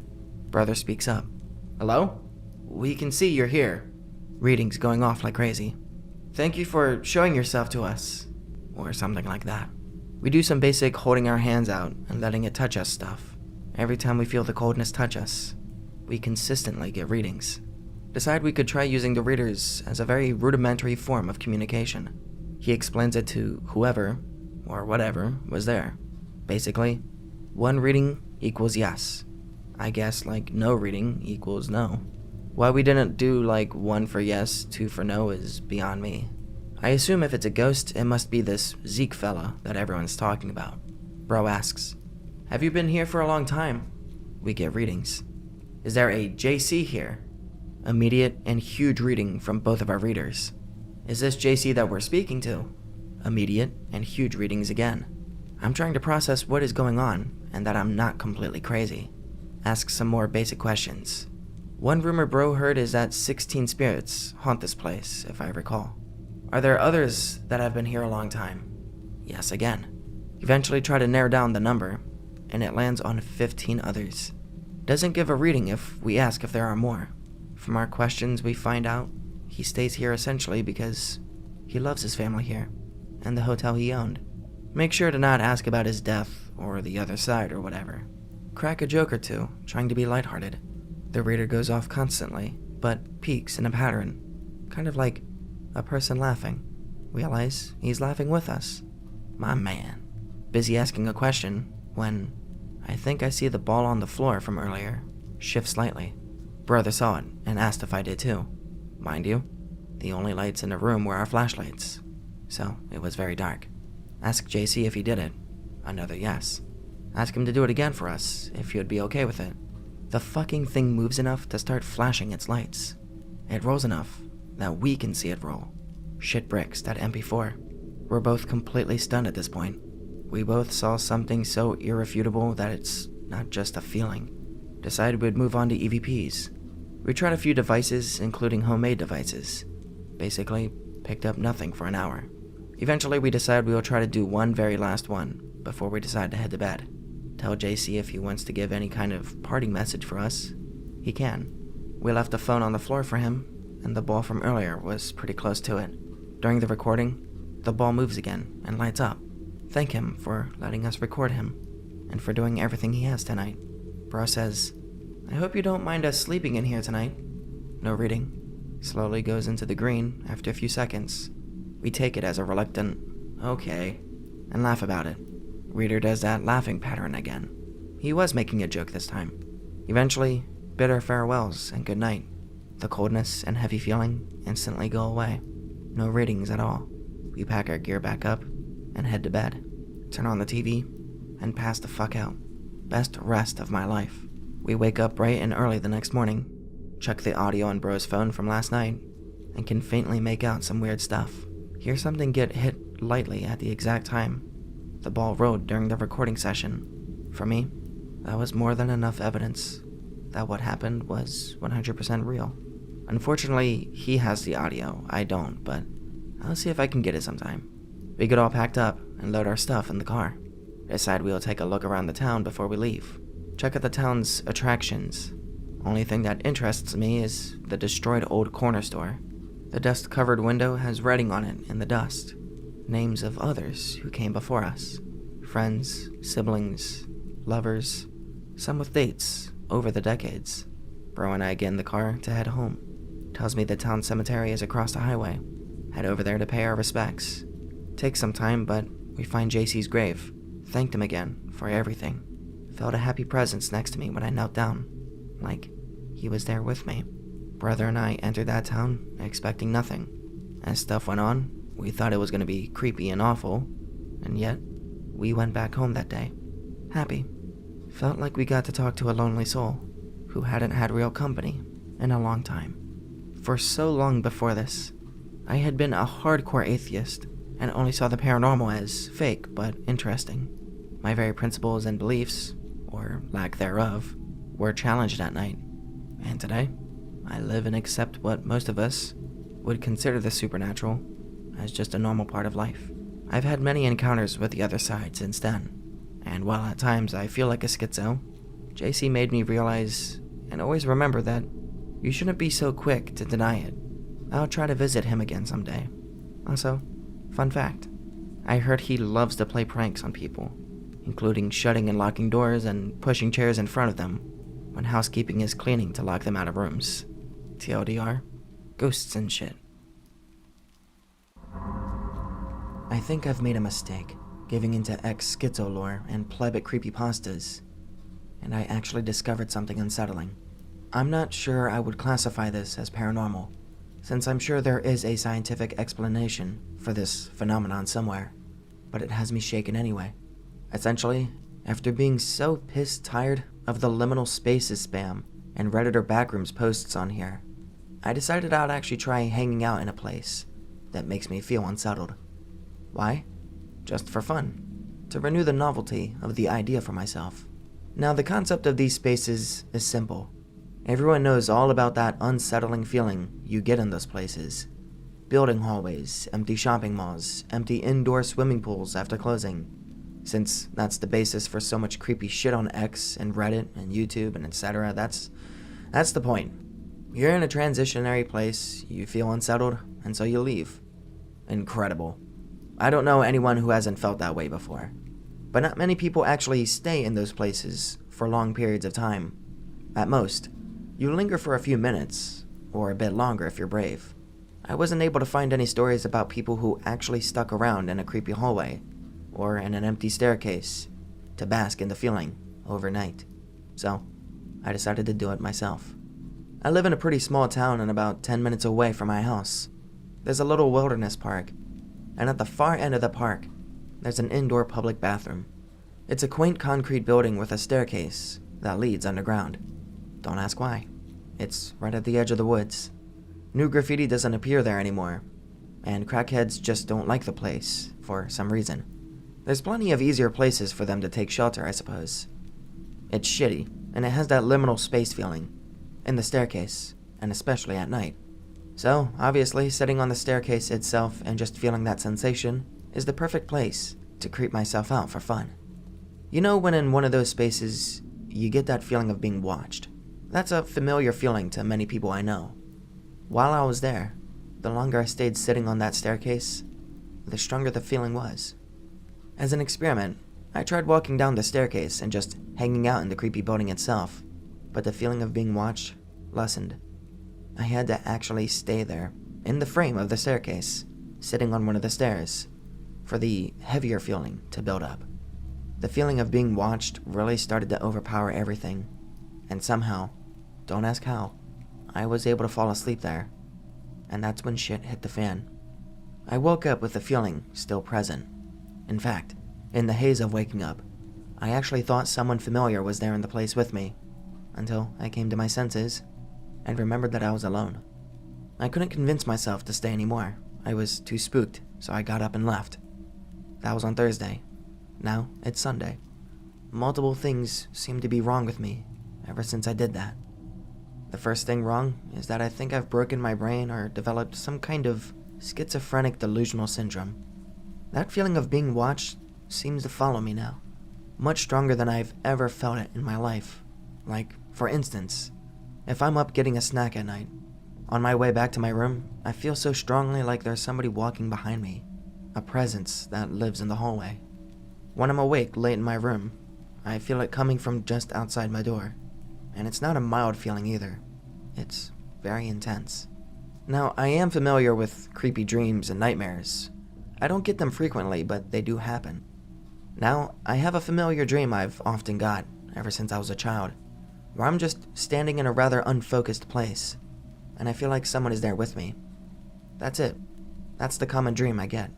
It's not a menacing dream. It's always been quite comfortable whenever I've had it. Just vague and unspecific. I've always associated the presence with feeling like I was just hanging out with someone, or like it was a friend or a close family member. I'm so familiar with that dream, but for the first time in my life, it's been changed. It is the exact same dream. I'm standing in an unidentifiable place, and there's a presence with me. But this time, instead of an invisible presence, it's an actual human, a person standing directly in front of me and looking at me in the dream. It's been more lucid than it ever has been, but the feeling of calmness is gone. The man has a severe appearance, like he's upset at me, or expressing some kind of strong emotion toward me, looking directly at me in an intense way, but he stands motionless and says nothing. And my surroundings look a lot like the outdoor bathroom that I was standing in. Maybe someone here can describe for me what this means. Am I insane? Is it demonic possession? An ill omen? Why has this never happened to me until I decided to hang out somewhere that people don't normally hang out in? I woke up this morning with sleep paralysis, and it took a while to shake it off, and the feeling of being watched followed me for a few hours after I woke up. I can't stop looking over my shoulder, and I can't shake the sight of that man. For some reason, I find his energy so unsettling, even though it's just a regular looking guy. I can't describe the way his eyes make me feel. It's a certain look, and his presence feels too familiar. Pick related from my original post is my shitty rendition of what he looks like.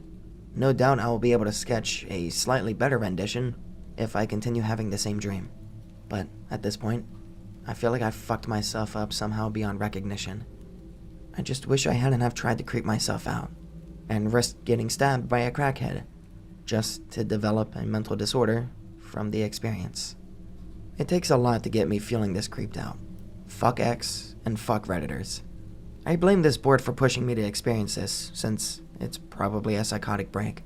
Even as I type this, I can feel like I'm being watched. I no longer feel safe alone or in my own dreams.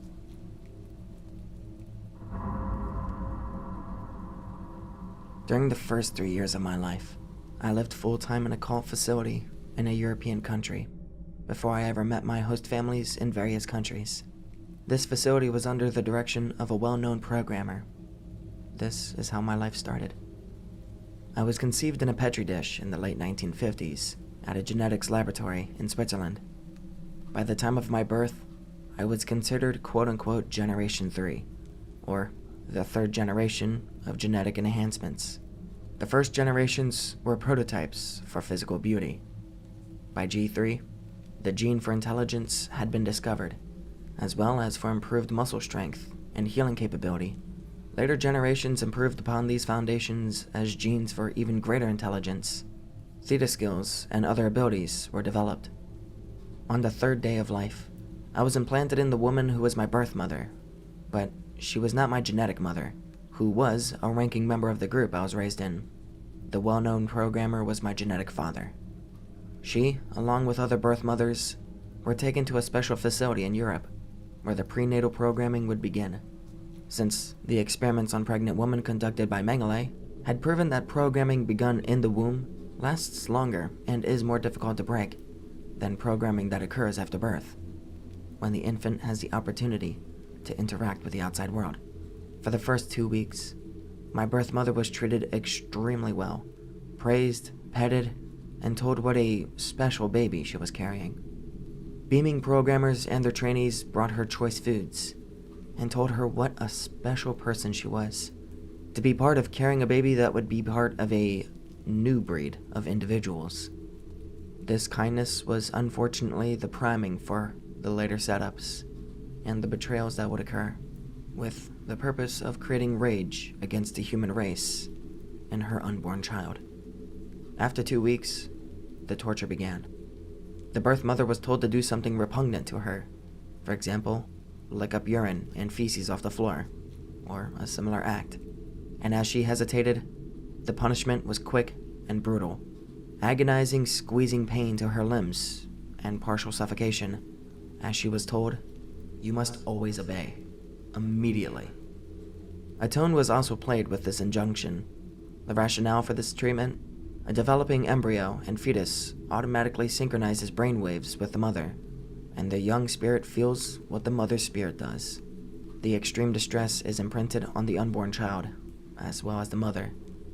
At this point, our reader will wonder, but the baby doesn't have a conscious mind yet. Why do this before brainwaves and consciousness develop? The rationale that the programmers use is that the unborn embryo spirit is present, and the spirit will never forget these events, which lay the foundation for later programming. How does the birth mother not abort her unborn child with these traumas? The programmers will administer specific drugs to prevent this occurrence, although contractions may begin in some cases. I know these things happened, not only because of memories that my parts have shared, but also because when I was older and ran the facility, I and other trainers did these same things to birth mothers. The things we did to these women and their unborn children are among the things I most regret doing in my past. As the weeks go on, the torture and programming sessions become more severe, along with the rewards, operant conditioning techniques. Both mother and child are subjected to electric shocks, the installation of drugs that induce severe, agonizing pain, as part of the quote-unquote seal of mortality programming, during which the fetus is told that this pain is their ascended self, feeling the pain that mortals feel. This is part of the installation of a fear of mortality in the higher or ascended parts within the system. The fetus is then told that the birth mother can be saved from the pain if the fetus is willing to rescue her by taking in a demon. If the fetus complies, the stimulus for pain is stopped, or an antagonist drug is given to stop the effects of the pain-inducing drug, and an injection of a bliss-producing drug is given, while both mother and fetus are told that this is the joy of ascension. The real goal is to teach the fetus to rescue the birth mother, This will be the foundation of later rescue programming that will chain them to the group. The need to rescue those that they love from torture or death if their programming breaks. The punishments for disobedience become more severe. The end of a finger is cut off from the fetus, who experiences agonizing pain. This small digit will grow back if done early enough in development, but the trauma remains in the subconscious throughout the lifetime. Digits are cut off of the birth mother as well, and she is assaulted and traumatized by a pretend Jesus to teach the fetus to hate Christianity and all it represents. All the foundation templates for later programming and the first splits were created during the months before birth. This includes the installation of an inside Satan, who believes they are completely evil, the inside God, whose voice sounds like the outside main programmer, and inside quote-unquote he who is to come, or the Antichrist. This has changed to who he has come in recent years, and top controllers and core guardians. These are created to protect the developing core from the reality of the complete helplessness and reality of a world where horrendous abuse, including assault with special instruments, occurs in the place that should be safe and protected for the developing child. Fetuses like warmth, dark, and security, but bright lights are shown into the womb as punishments. A voice accompanied by a bright light is placed outside the womb, and the voice proclaims that they are God, and that in order for the birth mother and fetus to survive, this voice must always be obeyed. By the end of the 7th month, the birth mother's limbs have all been traumatically amputated, and she is forced to eat out of a dish, like a dog. Soon after this, the ultimate abandonment occurs. The birth mother loses her mind completely, and the link to the one the fetus loves most is gone. The fetus is in complete despair, and then she hears a voice, kind, loving, and reassuring her that while her mother abandoned her, this person loves her and will always be there for her. I was that fetus, and I reached out to that voice as if it was a life raft. This was my primary trainer, aware of Manolai's teachings, and the one I loved most as a child. I bonded completely to him at the moment, because my life depended on it. Fetuses that do not accept or receive this bonding will die in the womb in a short period of time. This is another one of the terrible experiments that Manolai did on pregnant women and fetuses that the public has no knowledge of. This voice told me they loved me and were waiting eagerly to see me when I was born. This gave me a reason to continue living in the midst of a world filled with pain, despair, and darkness. This was life before birth in a programming facility in Europe. Soon, I would be born, and the abuse, or training, as the name was given to it, would continue. These methods are still employed today in training facilities around the world. The goal is to create a programmed individual during the most vulnerable time, before birth.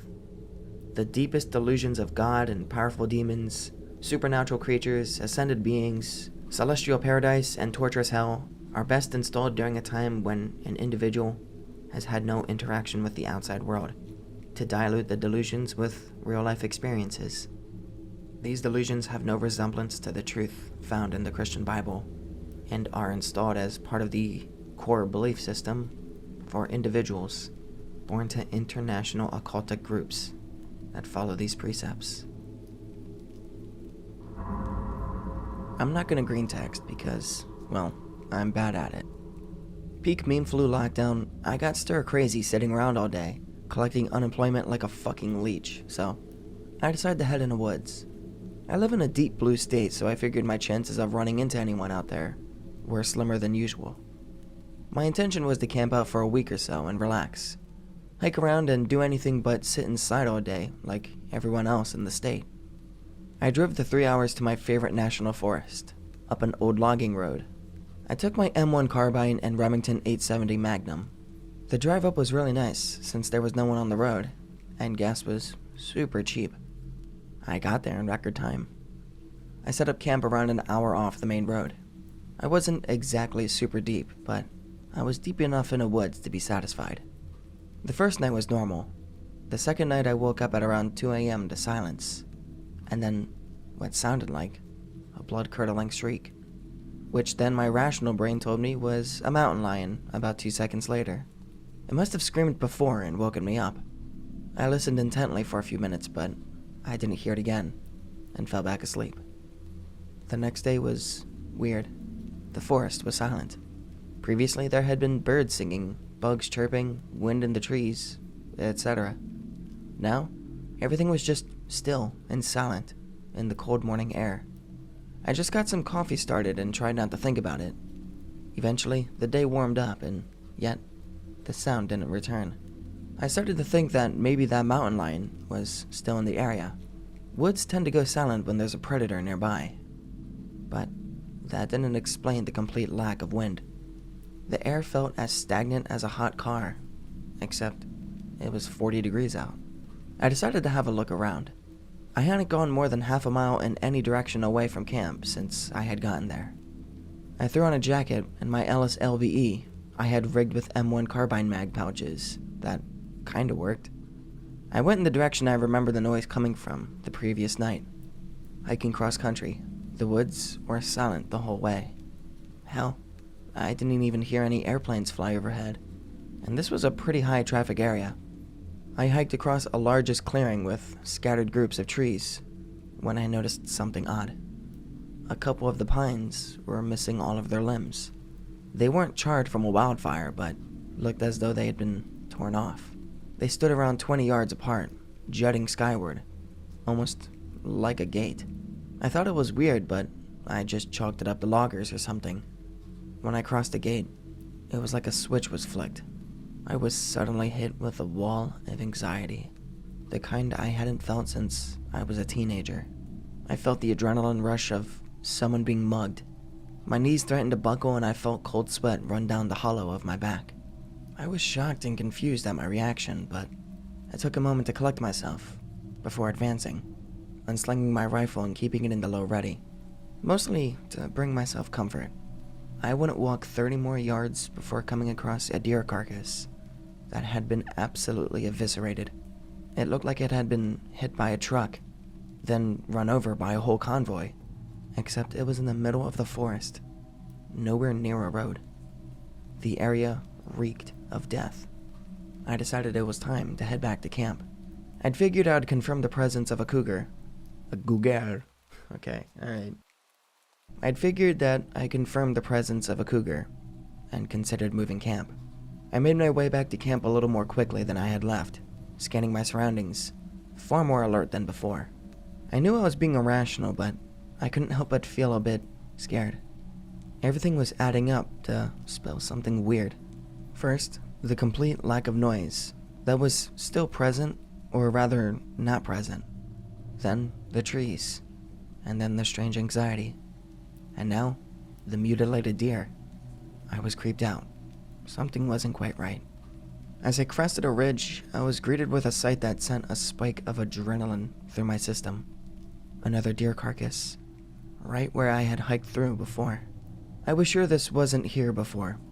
This one looked as bad as the last, with the sickening addition of one of its antlers speared through its eye socket.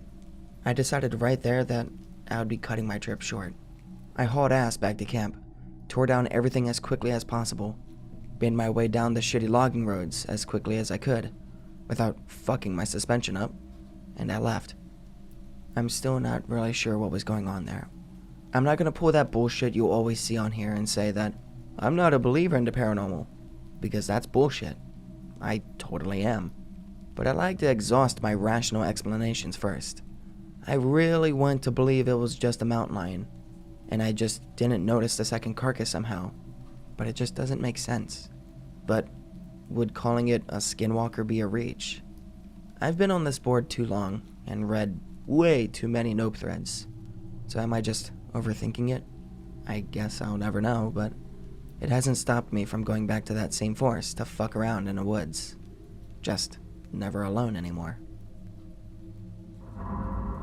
Dropped my mom off at her house the other day because her car's fucked. She has her work stuff with her. She steps out of the car and drops something.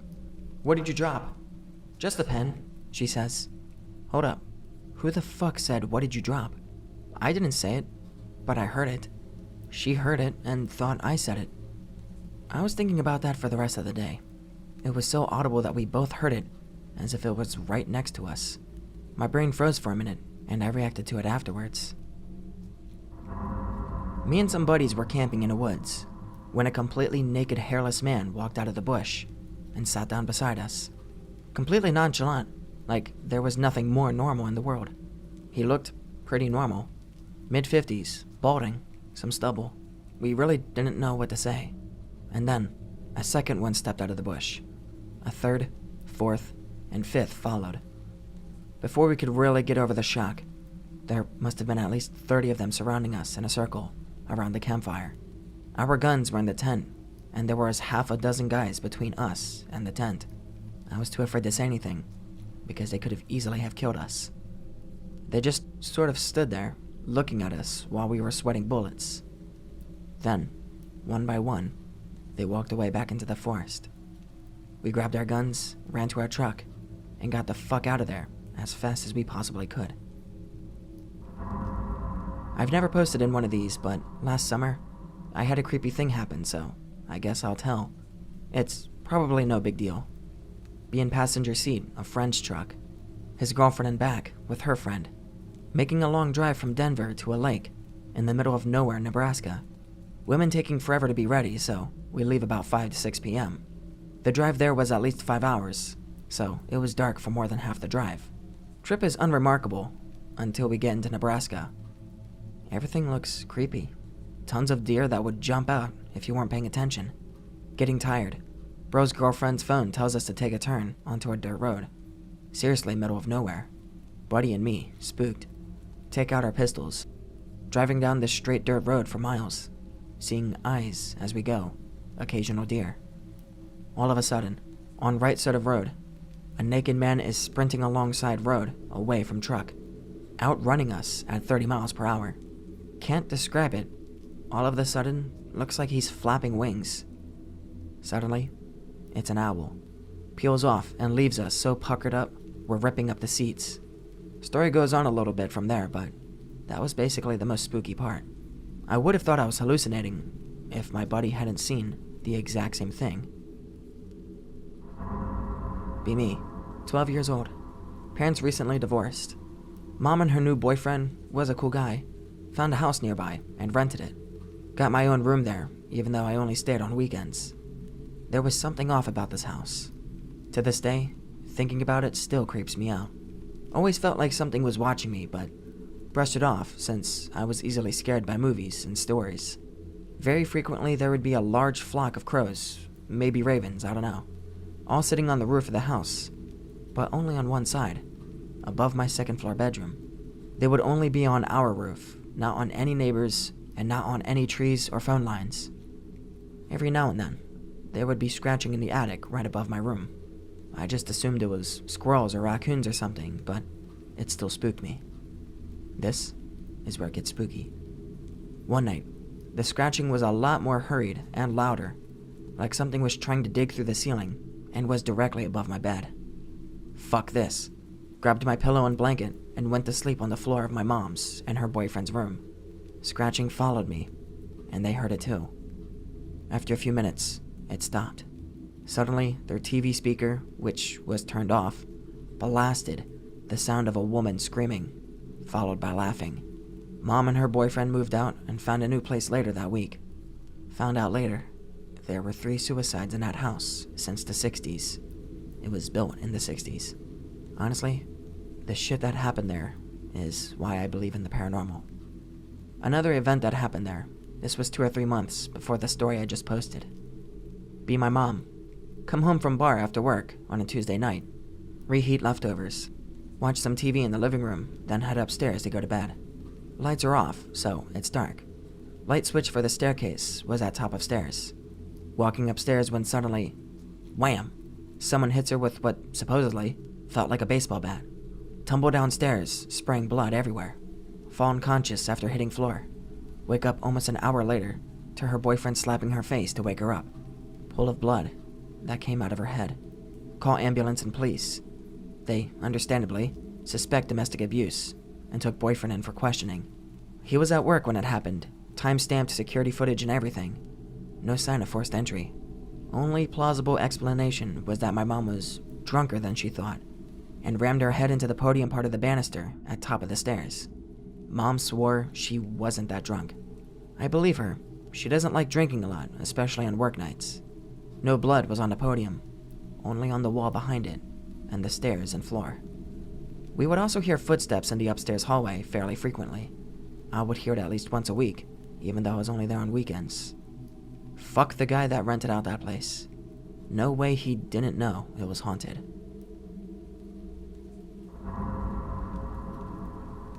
I've had a few ethereal tormentors along the way. When I was very little, a trio of faceless figures in black hooded robes would materialize in my bedroom and silently move in a procession from one side to the other. Sometimes, they would stop beside my bed and stand there watching me all night. In hindsight, they were probably some sort of shadow projected by the headlights of passing cars, but they seemed real enough at the time. They only bothered me in the first house I lived in, and I haven't seen them since I was about 7 years old. Later on, I was occasionally visited by a pale, thin, faintly luminous female figure with large black eyes. She was always naked, but rather indistinct and inhuman in appearance. Most often, she would linger near the window whispering softly, but at times, she would lie down against me in the bed and run her fingers along my throat. I had the most terrifying feeling of suffocation and impending death whenever she touched me. Usually her visits lasted a few minutes, after which she would fade away. Not so sure of the explanation for this one, other than maybe a recurring hallucination. It's been about 4 years since I last saw her. In any case, if the hooded figures appeared, I wouldn't be particularly troubled. They seemed pretty bro-tier. Maybe offer them some whiskey if they were corporeal enough to drink it. If it was the pale naked thing, though, I don't know. I suspect that she would be more arousing than terrifying to me now, and I would be tempted to follow Descartes' advice regarding, giving her the dick. This and on back again. A 4-year stretch without the pale luminous figure disturbing my sleep has officially come to an end. I woke up shortly before dawn, and I'm quite certain I saw her watching me from the corner of my room for a few seconds, before melting away into the shadows. How does TG recommend I proceed if she becomes as frequent a nighttime visitor as she used to be? Also, fuck you guys. I am convinced this thread is responsible for her finding me again. My sleep had been peaceful ever since I moved to my current apartment, but now the horrors know I'm here. Alright, it's hard to say exactly what her height is, given that I'm looking up at her from my bed, but I would guess she's around 5 foot 10 inches tall. She has an unnaturally thin and elongated body build, but definitely feminine. Narrow waist and small breasts, etc. You would expect to see ribs sticking out, given her emaciated build, but there are none visible. She does not appear to breathe. Her body is entirely headless, as is her head. Her skin is very pale, more like grayish white than normal human skin tone, and it seems to emit a faint glowing luminescence. Not enough to cast light on objects around her, but enough that she is visible regardless of the light level in the room, and shadows are not cast on her. She is always naked, and appears to be anatomically correct, so to speak, but the ethereal glow that surrounds her makes the details rather indistinct. It's almost like she's out of focus. It's difficult to explain, but there is something decidedly non-sexual about her nudity, like it's just her nature. As far as her face is concerned, she seems entirely expressionless. Her eyes are about 50% larger than those of a normal person, and are entirely black. I've never seen her blink. Small mouth, always closed. Small or non-existent nose, though there is sort of a hint of nostrils. Again, her ethereal and indistinct nature makes details difficult to pick out. Fap as you wish, Adonis gentlemen. So, I've got a bunch of votes for trying to fuck my supernatural visitor, and a couple for trying to ward her off with ex-friendship. Anyone want to break the tie? What do, TG? Well, it's decided then. The next time she appears in my room, I will do everything in my power to make sweet, sweet love to whatever the hell she is. If I never post the results of this attempt, you'll know that either she has never reappeared, or that you got me killed. This Anon reporting in. Shortly after 2:30 a.m., I awoke feeling a cool body lying against my right side. I was on my back and she was on her side facing towards me. I have no idea how long she had been there. I opened my eyes ever so slightly in order to see that it was my usual visitor, but otherwise, feigned sleep, concerned at this point that I was in danger. A minute passed uneventfully, but then she moved a bit closer and put her lips against my neck. It wasn't quite a kiss. She just pressed her lips against my skin and lay perfectly motionless. I had the sense at the time that it was more like she was mimicking a kiss, without really understanding the gesture. The duration of this was about 2 minutes, during which time I did not feel her inhale or exhale. At that point, I whispered, "Hello," and she drew back. I turned my head towards her for a better look at my visitor, but after a second or two, she vanished. Afterwards, I observed that the covers on the side of the bed that she had been lying on had been disturbed and thrown aside. Though I can't discount the possibility that I did that in my sleep, in this context, it would offer some evidence that my visitor takes on a corporeal form beyond my personal perception. Interestingly enough, unlike the instances in years past when she touched me, I didn't feel the awful suffocating sensation that made her visit so unpleasant. Whether this was due to a conscious choice on her part not to harm me, or because those previous symptoms were purely psychosomatic, I can't say. In any case, I am beginning to suspect that this will be a more difficult quest than I had initially thought. Though I don't appear to be in any particular danger of being killed, and she seems, on some level, to have perceived and responded to my amorous intent. I don't see how I'll be able to actually have sex with my visitor, or even communicate with her, if she disappears as soon as she realizes I'm awake. Suggestions? Alright, turning up the heat a bit to sleep naked. Not sure if I have anything around suitable to leave as a gift. Do supernatural creatures like small uncut rubies? Shame that it's winter, or I'd pick a flower in the yard and leave it on my other pillow. Okay, I've placed a ruby on a silk handkerchief on top of the nightstand, on the side of the bed that my visitor appeared at last night. As for lube, I think I'll leave that issue for her to deal with, if need be. As always, I will report in the morning if I'm still alive. Good night, and good luck. This Anon reporting in. My visitor returned as expected, and remained for most of the night. Did not manage to fuck it, but progress towards that goal has definitely been made. It's only a matter of time now. I am still alive, more or less, though prolonged physical contact with my visitor seems to have some sort of delirious effect on my health. Anyway, I need to try to get to my securities law class. I'll write up a more detailed report later, probably a little afternoon. This Anon reporting in. As per your suggestions, I left a small ruby on the nightstand as an offered gift for my visitor. I slept nude and remained as passive as possible in order to see what she would do when left undisturbed. At 1:47 a.m., I was awoken by the faint whispering sound that had often accompanied my visitor in the past.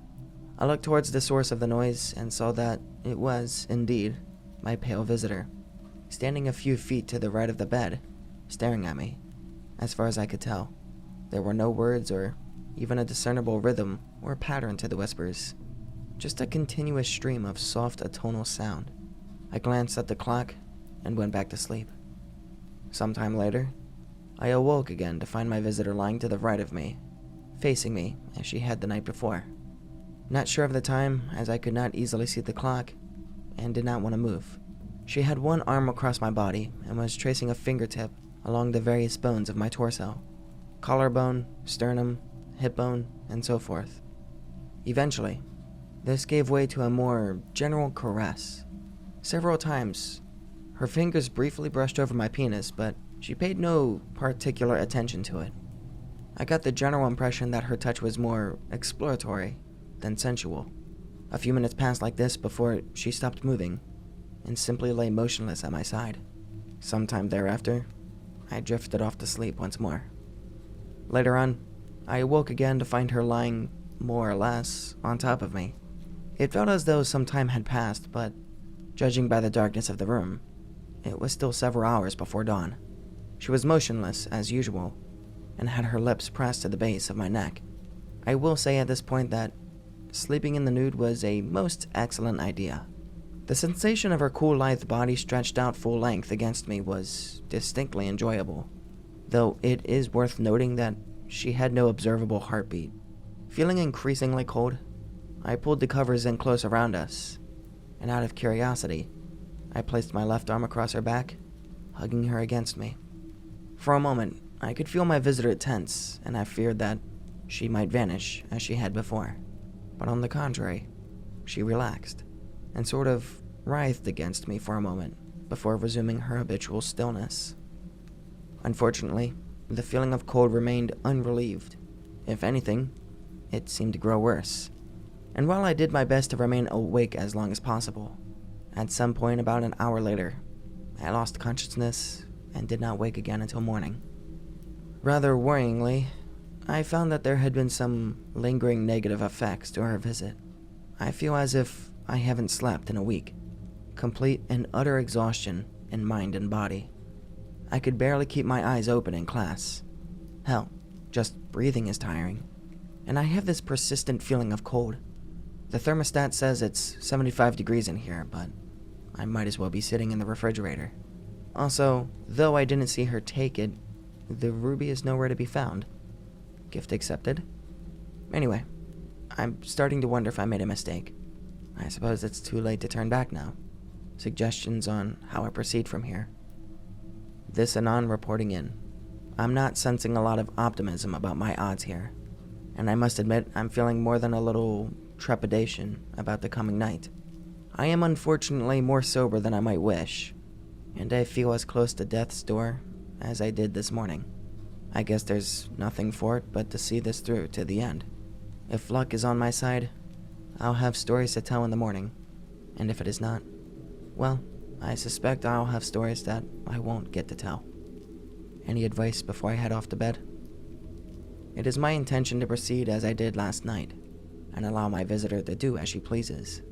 If I should die, let it be known that I went to my fate willingly in pursuit of knowledge and sensation. As always, I will endeavor to report my experience in the morning. If you have not heard anything from me by tomorrow afternoon, you will know what has happened. Good night, and good luck, elegant gentlemen. It's been an honor. And thus, Anon fell silent. Good night, sweet prince. Finally, in pursuit of giving her the dick, there is no sacrifice too great.